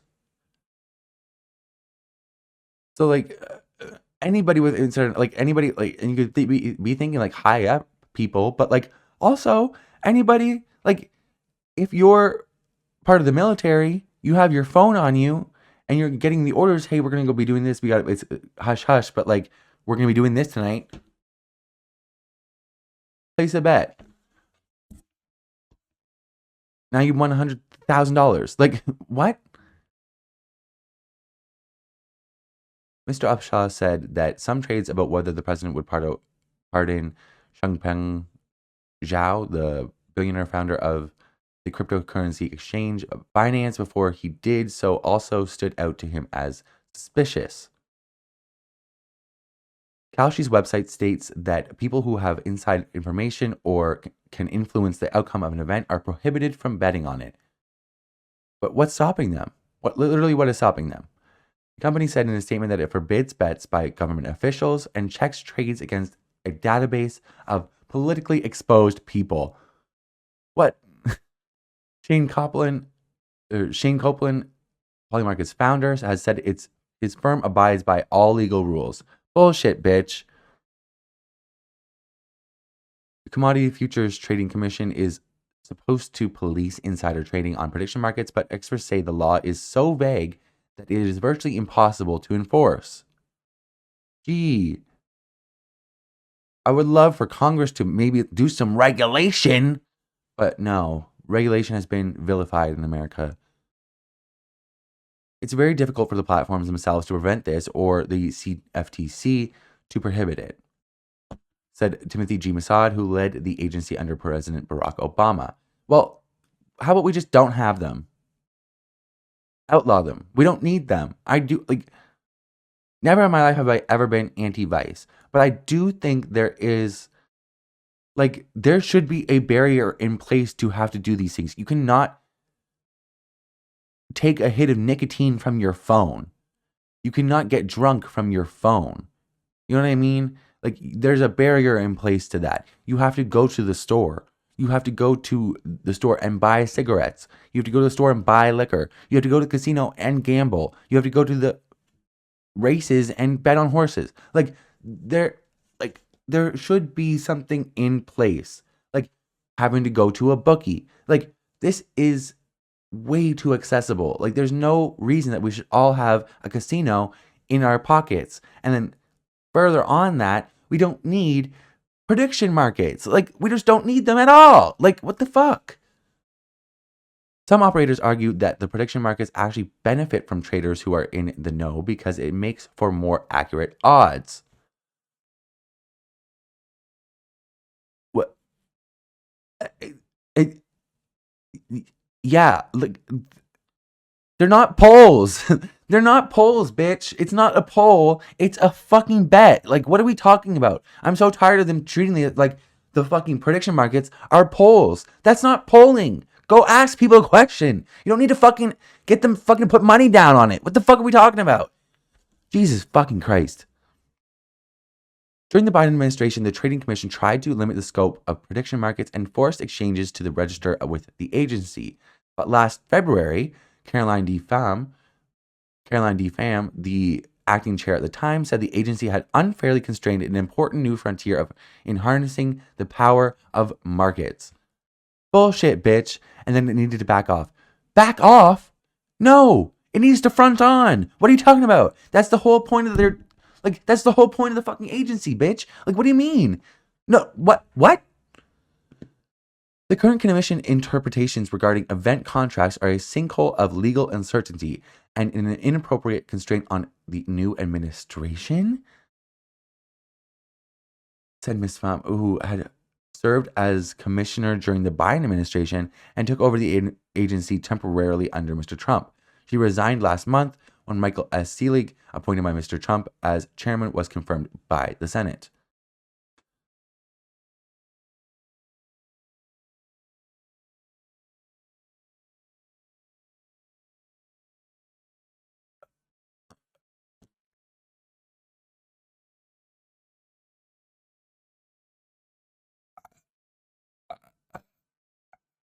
I don't have words. I'm so angry with that person right now. Okay, move on. Both Kalshi and Polymarket have benefited from the agency's lighter touch. Of course they have. Once targets of enforcement efforts, both companies' chief executives are now on the Trading Commission's Innovation Council. Oh, of course they are, which was created to help shape policy on prediction markets, cryptocurrency, and other issues. So you have the people who have the chief executive officer, like the chief executives are now helping to shape policy on their own fucking market. Like, what do you mean? What? Yeah, let's go ask Big Oil what they think about environmental regulation. What? Like, what are you talking about? What?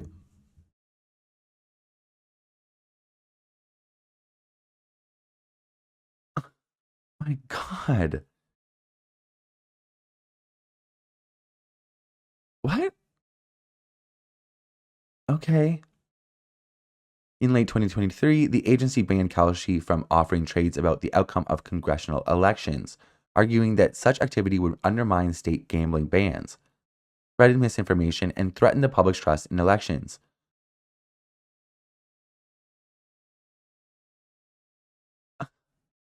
It's like, what? Why don't you understand? It's the entire market, this entire industry is threatening the public's trust in everything. Fuck elections. You can't trust anything anymore. Like, what? Kalshi sued the agency and won in federal court in late 2024.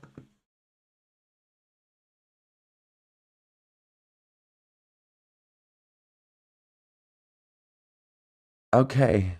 A federal appeals court refused to temporarily halt the trading while the commission appealed, saying that the regulators had failed to prove that irreparable harm would result if it did not step in. But the court said in its October 2024 opinion that the question on the merits is close and difficult.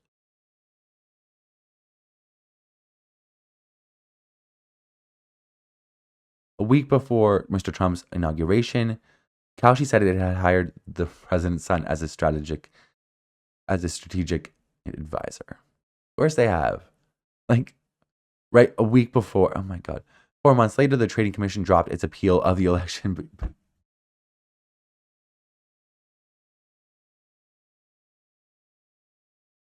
Right, right. Okay, so this agency, the Commodity Futures Trading Commission, is supposed to police insider trading on prediction markets. Then, and they were investigating them and trying to figure this out. Then Caroline D. Pham, she was the acting chair at the time, said the agency had unfairly constrained an important new frontier in harnessing the power of markets and it needed to back off. So she basically shut them down, said, back off. Then the Kalshi took it a little bit too far and was doing bets on congressional elections. And the agency was like, okay, well, you can't do that. Took it to court. Kalshi won. The agency appealed that decision. And then during the appeals process, Donald Trump was added as a strategic advisor. And a couple of months later, the appeal was dropped. So that's like case in point. You can see like it's so just blatant. Like, what are we doing? What are we doing? In a statement, the company said the president's son had nothing to do with the end of the case. I'm sure he didn't. I'm sure he didn't. And there's no war in Bossing say. Donald Trump Jr. does not engage with government officials on Kalshi's behalf. It said, we have never asked him, nor has he ever intervened in court cases for us. But he has a stake in some of the company and he's an advisor. Like, you don't have to ask him. That's the whole point. Like, he has a stake in it. Like,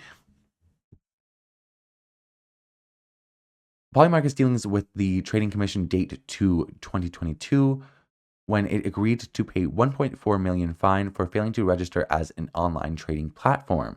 The firm was ordered to block US users on its platform.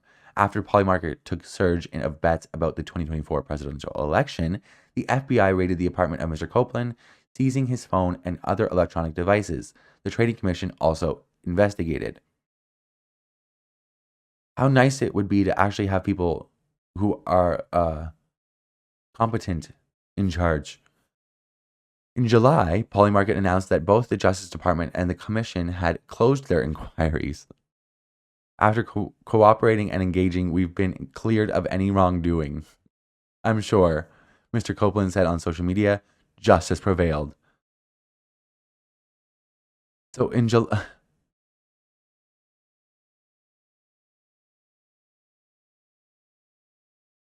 Okay. So once Trump was in office, they stopped the inquiries. Okay. In August, Polymarket announced that 1789 Capital, a venture capital outfit in which Donald Trump Jr. is a partner, had invested in the firm and that he would be a member of its advisory board. Asked what role the president's son played, Mr. Copeland told 60 Minutes in November that he needed help navigating the Trump administration.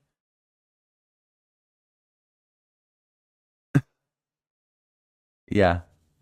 Yeah, I know. I know. Like, we know. If I have people who believe in what I do, who understand how politics works and can help me, he said, then there's nothing wrong about that. Donald Trump Sr. has no idea how politics work. He has no idea the ins and outs every day of what it means to be a politician. Like, he has no fucking clue. He sits around a desk all day and waits for everybody to fawn all over him and tell him how great he is. Like, he has no idea how politics work. So what the fuck are you asking his dipshit cokehead son about? Like, no, bitch, you're a liar and a fucking cheat and a fool, bitch. Like, shut the fuck up. Don't try and play me like I'm the fool when you're the one being the fucking, when you're boo boo. The fuck? There's nothing wrong about that. There's plenty wrong about that, you dumb bitch. Shut the fuck up. A week after the firm announced its new advisor, the Trading Commission issued a ruling that helped clear away obstacles to polymarkets serving U.S. traders. The agency issued another favorable ruling in November. The approvals followed Polymarket's decision in July to buy a company that was already licensed by the Trading Commission as an exchange. Polymarket's U.S. operation is now in testing mode. Jesus fucking Christ. Truth Predict, a new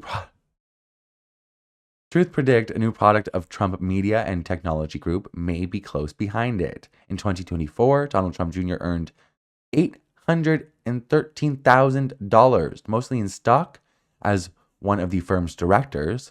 That was the equivalent of nearly a quarter of the firm's annual revenue, according to the filings with the Securities and Exchange Commission, the SEC. Jesus Christ. He takes home a quarter of the firm's annual revenue as CEO. That's crazy. He is also the sole trustee of his father's trust, overseeing the president's majority stake in the company. That's what I'm saying. Donald Trump never fully pulled out of his companies. He put it in a trust that's being managed by his son, but he still has stake in everything. That's not how it's supposed to fucking work. He's supposed to get rid of everything. He's not supposed to be a part of anything. He's not supposed to have any stake in any fucking business. What the fuck are we doing? The Magnus clause is supposed to be like, I can't. I'm just going to read. Shannon Devine, a spokeswoman for the firm, said last year that Donald Trump Jr. is highly engaged in the board's work, as well as TMTG's operations and strategy. What's the board's work? Going, like, following his fucking father around the fucking world? Doing coke? Like, what are we doing? But Mr. Swabian said Mr. Trump was not involved in the decision to create Truth Predict, announced in October. He said that it was not a board-level resolution and that Donald Trump Jr. was not a part of the company. So, what is it? He's highly engaged in the board's work, as well as the operations and strategies. So let's highlight. And then, but Mr. Sarabian, the spokesperson for, okay, so Shannon Devine is a spokesperson for the firm that owns TMTG, the fucking Trump fucking dumb shit, Trump Media and Technology Group, that fucking bullshit. But then the spokesperson for Tweedledum specifically said that Mr. Trump was not involved in the decision to create Truth Predict, announced in October. He said that it was not a board-level resolution and that Donald Trump was not a part of the company's day-to-day operation. Donald Trump Jr., sorry. So what is it? Is it one or the other? Like, which is it? Because you're giving us conflicting stories right now. And I highly fucking doubt that the advisor, the strategic advisor and person that has stake in these companies would not be within the discussion to create one in the company that he is CEO of. Like, what are we talking about, you fucking dumb fuck? Like, I'm so tired of these motherfuckers blatantly lying to everybody's face and treating them like they're stupid. Like,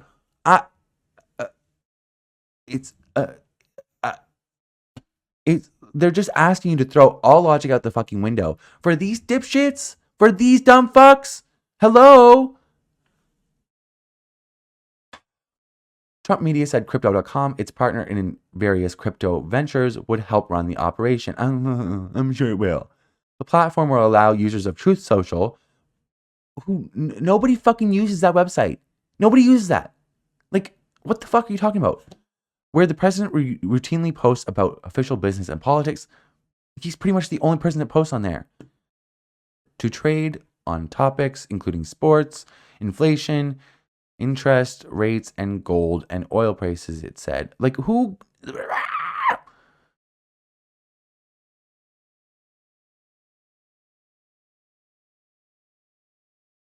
Also on the menu, political elections.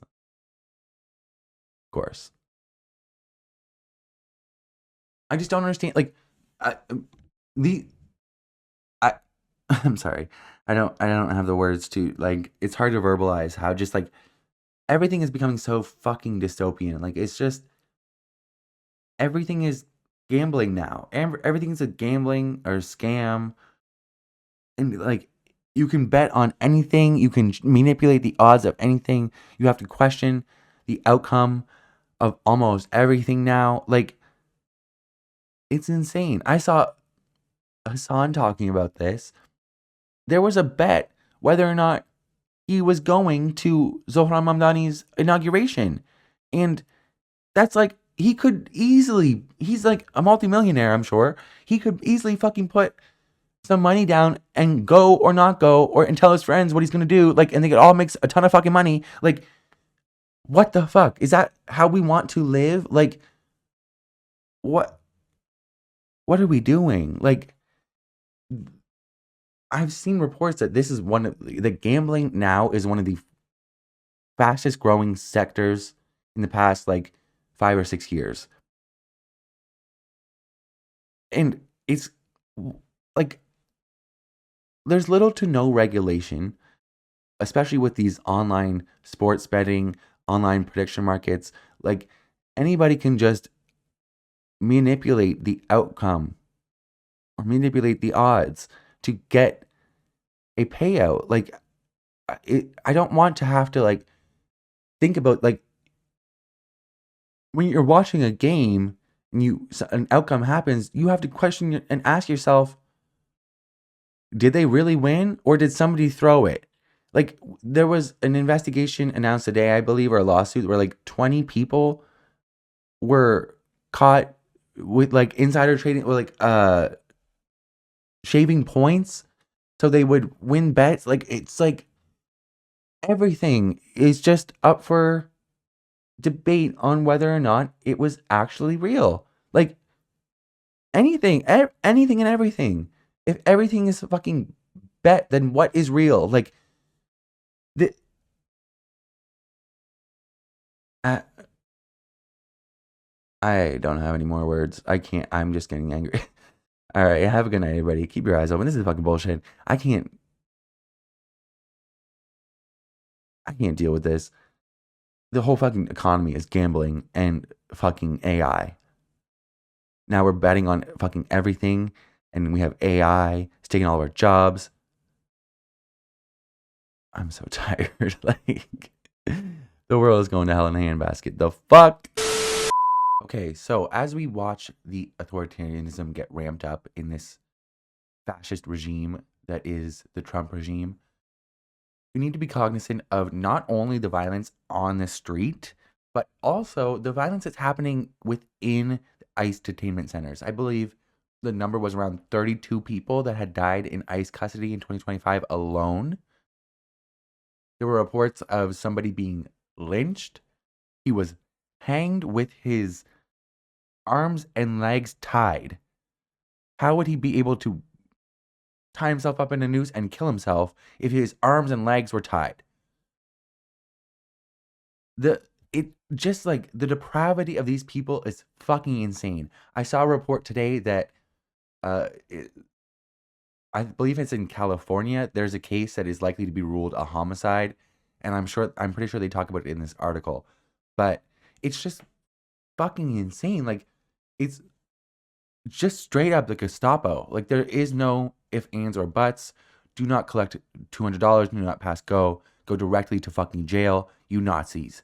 I cannot wait for the day when these motherfuckers get Nuremberged to fuck. Because what the fuck is this? They are masked Gestapo thugs. Anybody not calling that is for fascism. They are fascist. They enjoy the cruelty. They enjoy watching their neighbors get rounded up off the street. They enjoy watching a mother of 3 get shot in the face. Like, I'm so tired of these fucking people. All right, pissed off. Let's get into this fucking. Let's get into this article from the Daily Beast. ICE kicks off 2026 with a record-setting detainee death toll. A record-setting detainee death toll. It's what? Like, we're 15, 16 days into this fucking year, and they're already breaking records for detainee death tolls. And look at these fucking Nazis. Like Pee Wee German and Ice Barbie. Like, Jesus fucking Christ. Fucking hell. 5 people. It's been 15 days. Like, it's been half a month.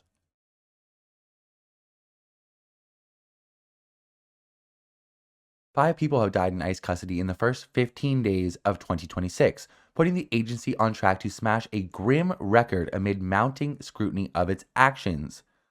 And by the way, if you include it was like roughly like, I believe it was 32 people, give or take, maybe some more, that were 32, 35 maybe, in that zone, that died in 2025 alone. So at this point, like, it's almost at 40. Like, what are we doing? Like, hello? Plus they murdered a woman. Like, my God. This is absolutely fucking insane. And anybody saying, like, anybody who's not standing up and saying this is fucking wrong is fully fucking complicit in the fucking problem, because this is fucking insane. I'm literally looking at a concentration camp right now that was constructed in the middle of the Florida Everglades. That's what's on the fucking screen, this fucking picture, like, of alligator Alcatraz. Named that because it's in the Everglades, in a literal fucking swamp, and it's flooded multiple times, mind you, because it's not in a fucking the right place. Like, it's in the fucking Everglades because if people escape, they want them to get eaten by alligators, and they celebrated it. They cheered it on. That is what this facility is that they're touring in this fucking photo. Alligator Alcatraz. If you didn't see the barbarism in that, I don't know what to tell you. Like, you're like literally hoping that people are going to get eaten by alligators for having dared to enter your country. My God. The agency recorded a total of 30 deaths in its custody last year, but at the current rate, it would see that number reached by April, and a grim record of 120 set for the whole of 2026. I've seen multiple numbers, and none of them have been as low as 30, but just in 2025. So, well, also, the agency recorded a total of 30 deaths. Are they counting all? Like, I don't trust them to, like, do you trust Christy fucking Nome? That's not even her real face. How can you trust, like... Advocacy groups say Congress now debating whether to fund yet more beds.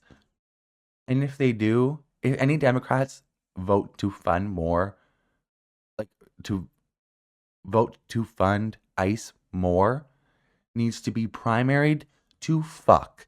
They have absolutely no right to be a part of a Democratic Party if they want to fund this Gestapo, ICE, militia force that Donald Trump has cooked up with Pee Wee German and fucking Steve Holman and fucking this dipshit Kristi Noem, puppy killer Kristi Noem. Like, are you kidding me? Like, advocacy groups say Congress must launch a full investigation into why detainees are dying at such a staggering pace inside a system the Trump administration has supercharged and kept shrouded in secrecy. That's another thing. ICE is better funded than most militaries around the world. I'm pretty sure it's better funded than the like Canadian military. What?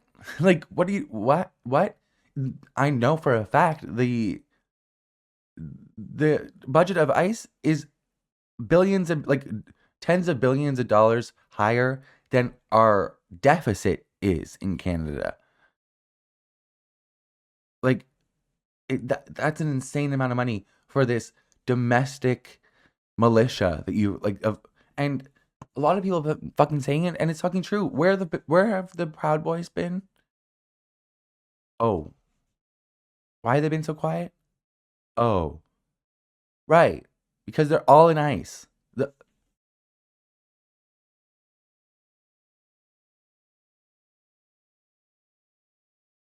latest victim was a Mexican national who died on Wednesday at the Robert A. Dayton detention facility in Lovejoy, Georgia. The Mexican consulate in Atlanta said in a statement Thursday that it had contacted the man's relatives in the United States and Mexico, requested a transparent investigation, and begun arguments to repatriate his remains as soon as possible, in line with the family's wishes. ICE had still not acknowledged the death on its public detainee deaths page as of Friday, leaving the public to learn about it from a foreign government and specialist researchers such as American University academic Austin Kosher, who first laid the case on his Substack. Jesus fuck. That Georgia case brings to 5 the known deaths in ICE custody so far this year. The known deaths. Detention Watch Network says 4 migrants died between January 3rd and January 9th alone. In 6 days, like in less than a week, 4 people died in ICE custody. That's not a normal amount. What the fuck is going on? They were Parity Law 46 at the Federal Detention Center in Philadelphia. Luis Beltrananes Cruz, 68, at the Imperial Regional Detention Facility in California. Luis Gustavo Nunez Caceres, 42, at the Joe Corley Processing Center in Texas.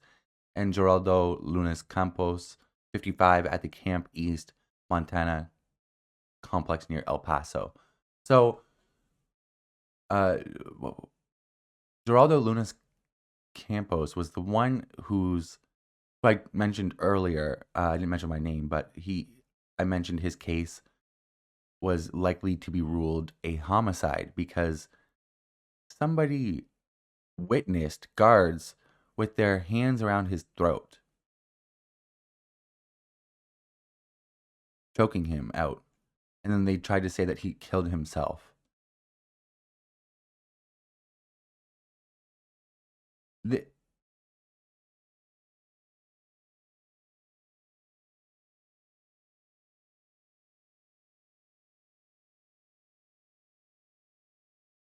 Also, pay attention to the ages of these people. 46, 42, 55. Even 68 is getting up there, but it's still not that fucking old. Like, what? How are these people passing spontaneously? Like, what? In perhaps the most disturbing case, the Washington Post reported that local medical examiners in Texas are likely to classify Lunas Campos' death on January 3rd at Camp East, Montana, as a homicide, with preliminary findings pointing to asphyxiation from neck and chest compression. Jesus fuck. An eyewitness said he saw guards restraining Lunas Campos while the Cuban immigrant cried out that he could not breathe.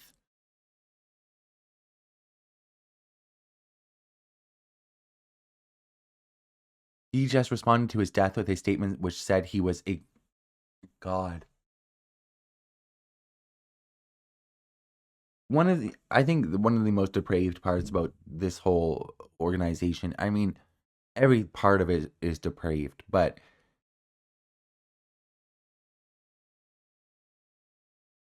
even when they are responsible for murder or death,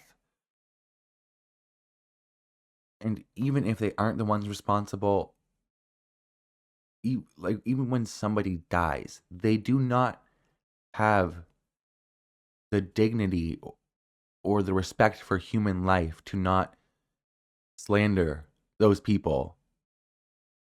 It's evident every single time somebody who is either an immigrant on the left or anywhere in between passes away. Look at what they're doing to Renee Good.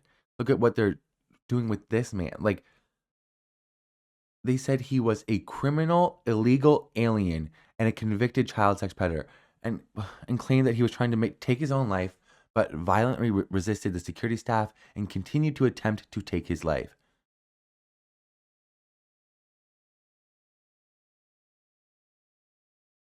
What? And therefore stopped breathing and lost consciousness.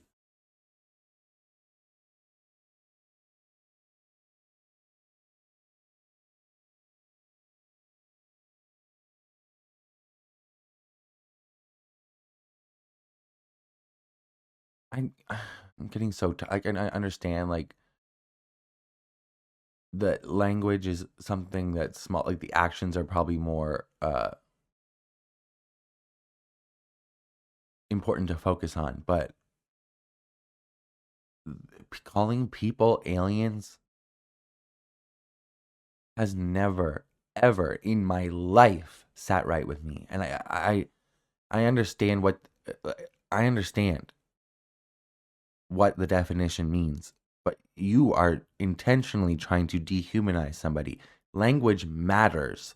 It's one of the first steps of dehumanization, because if you can call somebody something that they're not, which is anything but a fucking human, a person that had a full fucking life, then you are on this way to fucking dehumanizing them. Like, it. Why do you think that people focus so much on certain slurs? It's because we understand where that leads.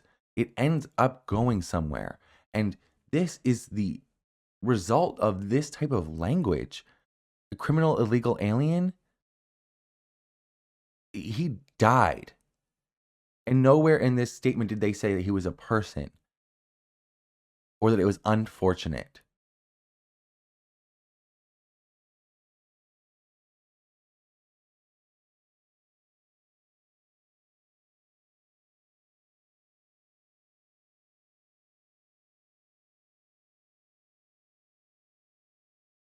This month's carnage comes on the heels of a grim 2025, which saw at least 30 people die in ICE custody, among the highest totals on record and the worst non-COVID year since the mid 2000s. Like, and that's back when the temperature was very bad back then as well. The mid 2000s, that was around the war in Iraq, the war on terror. The atmosphere towards the Muslim community was at a fever pitch, and it was a lot of ICE was created in post 9/11, and 9/11 has been a huge talking point for Islamophobes for like what now, like 20 years. So 23, 24, Jesus Christ. 20, Jesus fucking Christ. 25. Oh my God. Start of the year still. Anyways, the current rate of death will escalate as the administration plans to dramatically increase detention over the year, and it plans to use substandard warehouse-style facilities unsuited for safe detention. David Beer, director of immigration studies at Cato Institute, told the Daily Beast. Absolutely.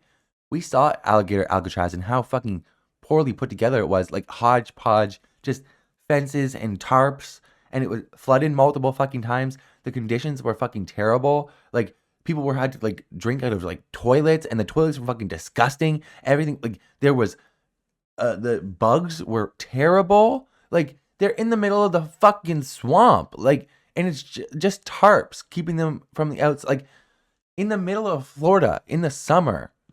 That they opened that in what, like June? Like, it was great. Like, Jesus fuck. That swampy weather? Like, ew.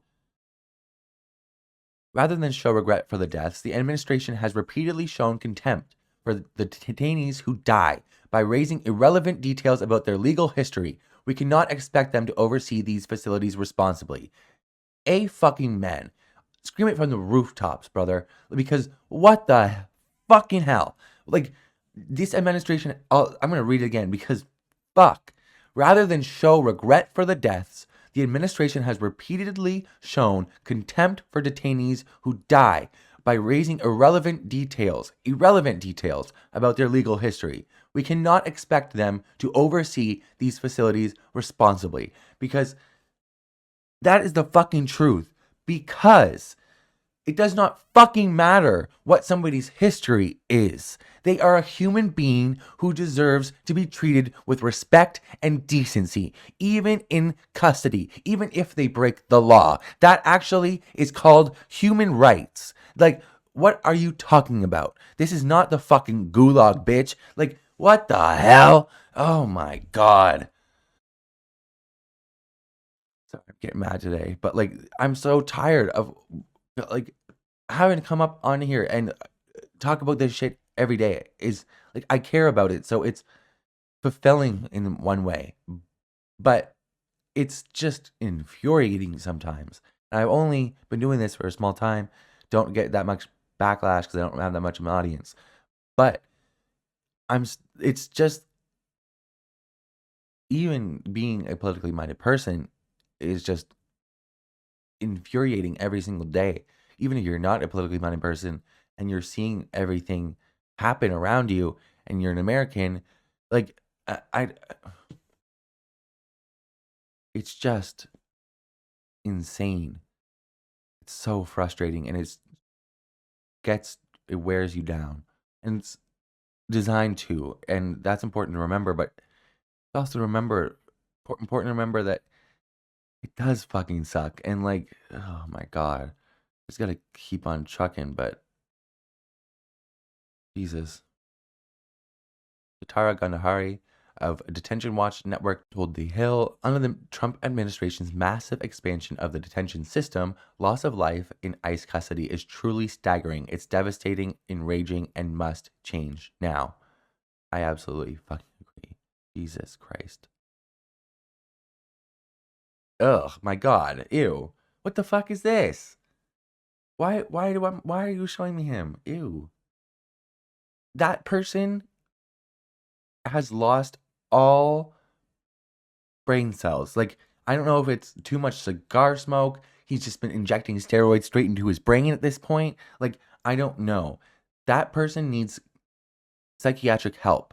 And maybe, like, no, not maybe. He needs to go read a fucking book. Written by somebody that's not a fucking loon. God. In December, Homeland Security Secretary Kristi Noem, 54, was grilled on what did they have to fucking include her age?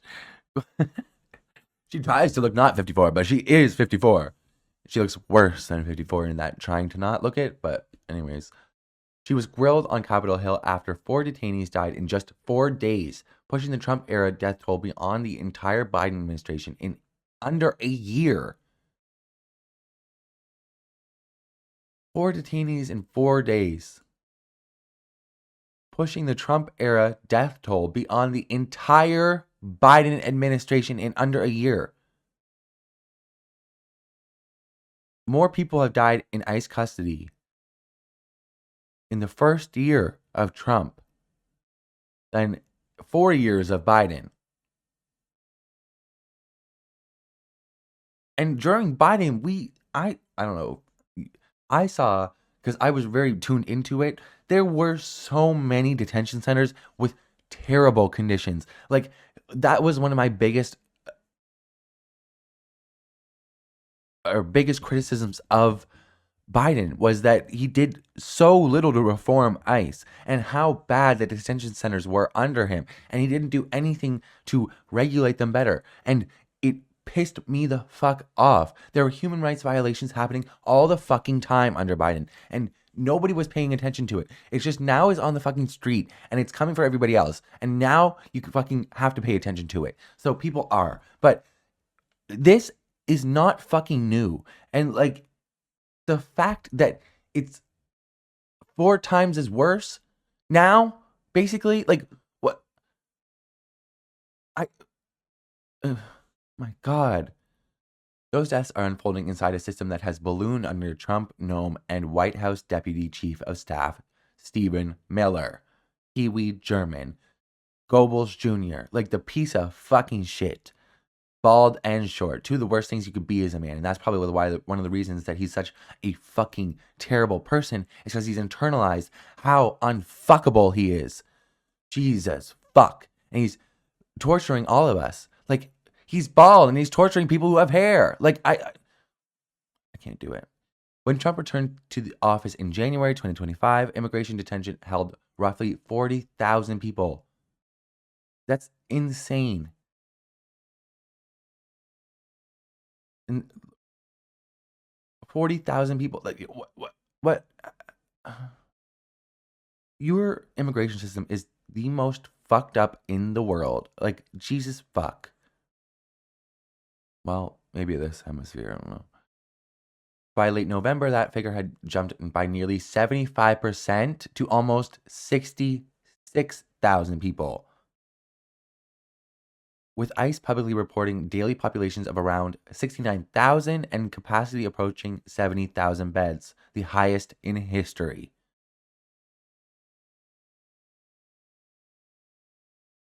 This is 1930s Germany. Like, this is just the beginning. Like, unless people actually stand up and fight and stop this, it's just going to get worse.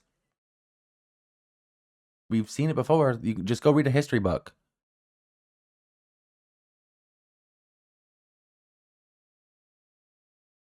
The American Immigration Council calculates in a report out this week that ICE has added 104 facilities since early 2025.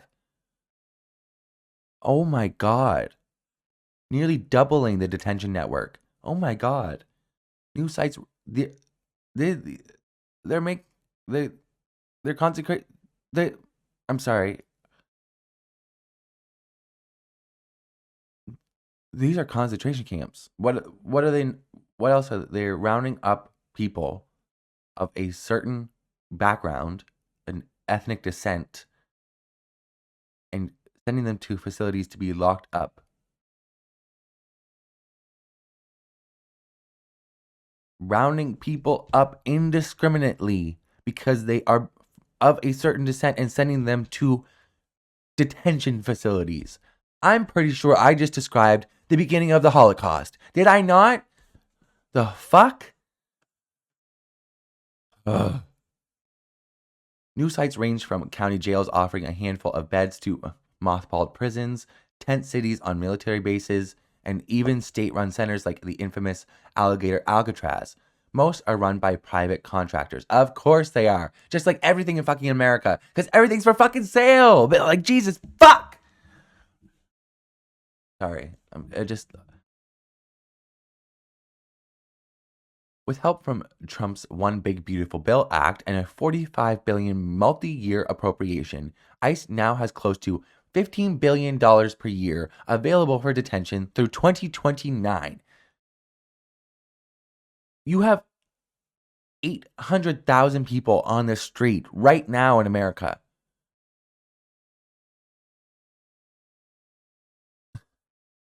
Enough, the report says, to build a capacity for about 135,000 detainees at once. You have far more. I'm sure, like, the ratio of shelters to jails and detention centers in America is absolutely just fucking disgusting. Like, the fact that you can't even support your own people and you're more focused on rounding the certain people up, like,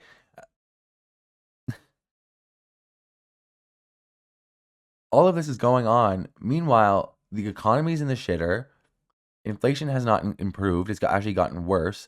The job market is getting worse It's gotten worse at almost every single fucking quarter, and every single time there's a jobs report, they're fucking nuking the jobs reports now. They don't even fucking put things out anymore. They're firing everybody that has any modicum of respect for the law and the Constitution. They are fucking prosecuting people that Trump doesn't fucking like, that actually did their jobs and tried to prosecute him in the past. Like, this is absolutely fucking insane. This is North Korea. Like, there's no other, like, it's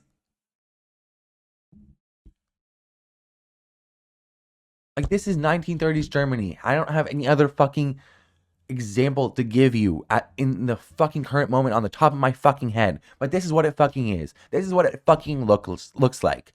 Your lives are shit, and they're gonna give you this scapegoat. And once you take the bait, they're gonna persecute the scapegoat.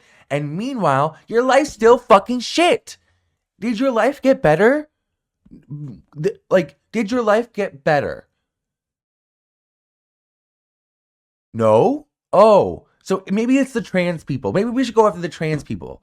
What's next on your agenda? Because your life's still gonna be shit then too.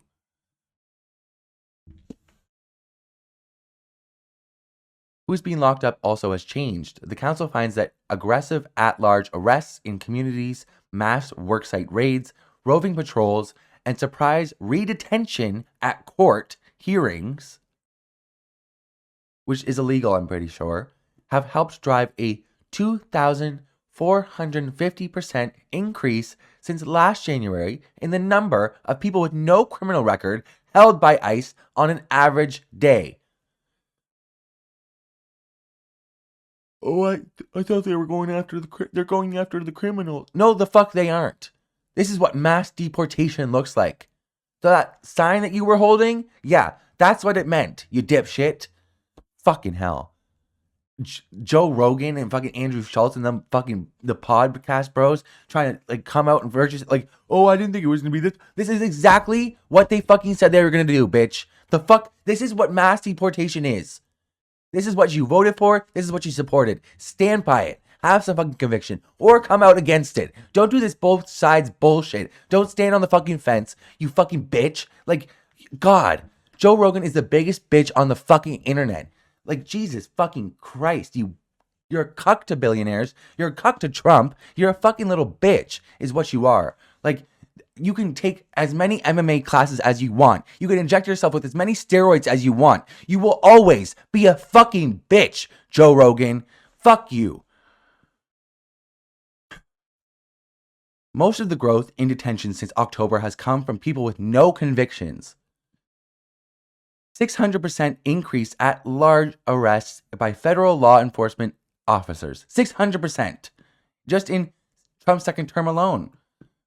2,450% increase in number of people with no criminal record held in ICE detention on any given day. 87% decrease in number of discretionary releases from detention January to November 29th, 2025. So more people are being rounded up, less people are being let go. There's more at-large arrests because they're just rounding people up. Because their skin is brown, or because they have an accent, or because they look a certain way. Like, it's called racial profiling. That's what they have to do in order to do mass deportations. Meanwhile, getting out of is far harder than ever.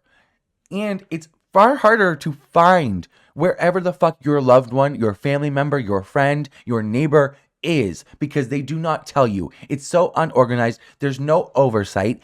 There's no regulation. There's no management. So it's a fucking shit show. Your loved one gets sent to a detention center, aka a concentration camp, and you have no idea where the fuck they are. If they're okay, if they've been killed, if they had died due to a heart attack, you don't get to know, because they are so unorganized and so incompetent that they don't know where the fuck your loved one is. Because they don't treat them like human beings. They are animals in cages to them. The report notes that after Trump ordered ICE on January 20th, 2025, to maximize use of detention, discretionary releases fell by 87% in just a few months. So people are just being locked up like for months and months. And we've seen many fucking cases of this. People who are citizens, people who have green cards, who are legal citizens, they get sent to ICE detention centers because they're rounded up indiscriminately based on their race. And then they sit there for months just waiting and waiting for their case to get seen. And so they can actually prove that they're a citizen, even though they shouldn't have never been arrested in the first place. Like, what the fuck? New legal rulings have barred immigration judges from granting bond to broad categories of migrants, locking more people into mandatory detention while their cases crawl through the system. So in America now, you are guilty until proven innocent. Keep that in mind. It used to be the other way around, but now you are guilty until you are proven innocent. That is how Trump's America works now. The American Immigration Council concludes that the Trump administration is not primarily targeting serious public safety threats, but building mass detention facilities to pressure migrants to give up their cases and go home of their own accord. Like, and they're using Nazi slogans to fucking do so. Remigrate is a Nazi slogan. I didn't know what it was. I had to fucking look it up. That's a Nazi slogan. There's another one that they used recently. One of us, all of you. That's a Nazi quote, a Nazi slogan in response to, I believe somebody from a village killed one Nazi, so they came back and massacred the entire village. That's what they're talking. That Kristi Noem had that on her podium the other day. They are like, Donald Trump has used the term remigrate. And it's not surprising from a man who the only book I've ever heard him to have read is Mein Kampf. So, I'm so tired of these people, these bullshit centrist liberals who capitulated to fascism in the beginning of this. The Young Turks did it. The Gavin Newsom did it. He's still fucking doing it with that fucking bullshit podcast with Ben Shabibo. The fuck? Like, you have that bullshit Ben Shabibo in front of you, and he's like spewing bullshit out of his bullshit mouth, out of his bullshit fucking face. Like, the motherfucker cannot help but take the eyebrow pencil and go, like, every time I see him, I'm like, Jesus Christ, that's a lot of makeup, and it's always poorly done. Like, your face is actually supposed to have highlights and low light. Like, anyways, not the point. But so many people have fucking did it. Joe Rogan he used to be like a liberal, and now you capitulate to these fucking clowns, these fucking dorks. Are you fucking kidding me? I'm so fucking over it. This is I'm so glad that they all expose themselves to be just the idiots that they are. Like, no more pretending like you actually know what you're talking about, because you don't. You're a dumbass. A dumb fuck. And we'll give credit where credit is due. I'm glad that people are coming out, but the way that they do it, Joe Rogan, the way that he is doing it is fucking bullshit. Come out and fucking have a backbone. Have some balls, you pussy. The fuck? Christ, I've never seen a man with such a short man complex that can't stand up. You're just a cuck. Ew. You're ew. Ew. Use your brain. It's actually, your brain is actually meant to be used, Joe. You're not just supposed to inject steroids into it or whatever the fuck you do to make yourself so fucking brain dead. The fuck? In a comment to the Daily Beast, a DHS spokesperson claimed that the rate of deaths had not increased and that ICE custody has higher care standards than regular U.S. prisons. Oh my God. Oh my God. This is literally Nazi propaganda. They're shooting people in the face, turning around and telling you that they were trying to kill me. We've seen multiple cases of that. There was a case, I believe it was in Chicago, where a woman was shot up by ICE. It went to court and they were like, she tried to kill us. And the judge was like, actually, no, you tried to kill her. She didn't even charge you. By your own evidence, you are wrong. You are the ones who tried to kill her. This is a no laws, unregulated, militia of masked thugs, the fucking Gestapo, and they're not even competent. Like, it's an insult. Like, these are the people that are gonna bring down, like, these are the fucking weirdos. These fucking dorks. These unfuckable morons are gonna be the ones to end freedom in America. Really? Really?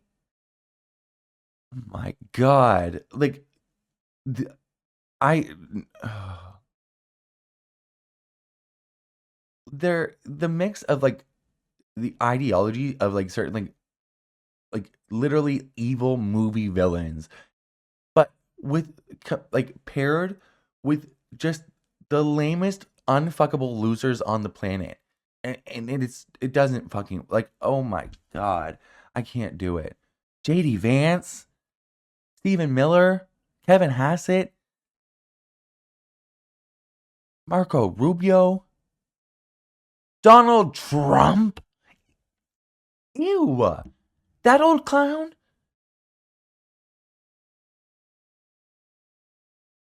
Full face orange makeup in diapers? A hunch on his back? Like, what are we doing? The whiny little bitch boy, Donald Trump, is going to end freedom in America. Really?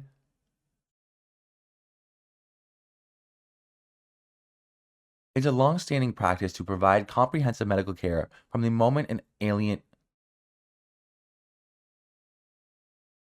enters ICE custody.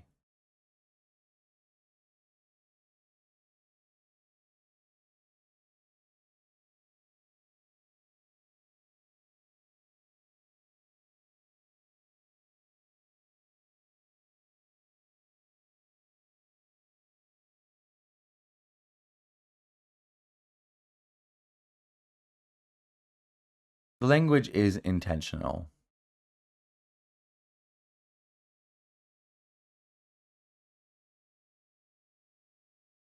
This includes medical, dental, and mental health intake screening within 12 hours. Bull fucking shit. You're not even doing that for your fucking employees. The fuck? You hate these people. You just call them an alien instead of a human or people. A full health assessment within 14 days of entering ICE custody or arrival at a facility, and access to medical appointments and 24-hour emergency care. Then why are so many people dying? If that was the truth, so many people would not be dying. So by your own accord, your statistics are bullshit. Like, what? There is no war in Bossing Sayat. Like, what the fuck? Like, what are you talking about? You fucking Nazi bitch. Speak of the devil. Nazi bitch. Nazi bitch. Both of them. Fucking, these people need to go to jail. They're going to hell. And I hope it's hot. But in other news, they need to go to jail. Like, I am so tired of this fucking loser. Like, this is the result of never actually having been loved. Like, you have never felt the warmth of like somebody's embrace in which they love you. Like, you've never felt that. You were just a sociopathic troglodyte. Like, there's something wrong with their brains. It's like CTE without the damage. Like, there's damage, but like they don't even have a reason to be all fucked up. Like, I think we judged Aaron Hernandez too quickly. I'm sorry. But at least he got a fucking bunch of concussions. What do you have, Stephen Miller? A stunted childhood because nobody loved you? Like, get over it, you bitch. Go to therapy. The fuck? And hell, fuck you. And fucking Kristi Noem is such a joke. She's humiliating to the American public. I honestly, as a Canadian, you should be humiliated every single day that you see that person. That is not even like, that is not a professional person. That's a clown. That is a cosplayer. That is a fool. That is Boo Boo. That's Boo Boo the Fool right there. Her name is Boo Boo the Fool, Secretary of DHS. God damn it. And he's just a Nazi sociopathic freak. Like, ew. And oh my God, have you seen him talk? It's literally straight Nazi. He has no ability. Like, there's no part of him that is self-aware of how much of a fucking freak he comes off as. Like, you are the most unlikable person on the planet. It's crazy. Like, oh my God. Anyways, have a good day, everybody. Keep your eyes open. We need to watch this fucking shit because it's quickly turning into Greater Germany down there in America. Like, I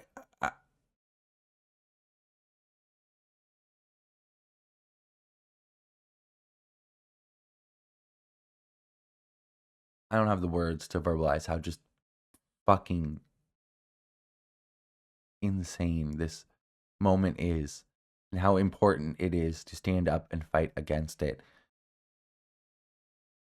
Martin Luther King said, "The greatest tragedy in this period of social transition was not the vitriolic hate and actions of the bad people, but the appalling silence of the good." And if you are not stepping up in some form or another and saying, this is wrong, this is not okay with me, this is not how America is supposed to be, this is not the American dream, then you're part of the problem. Silence is violence. And we've said that before, and it might not have meant anything to you, but it means something now. Because look at what's fucking happening. People are getting shot in the face in the street with no repercussions to their murderer. They get complete and utter backup from the entire administration and support. Like, it's absolutely fucking insane. And I'm so fucking tired of it. Like,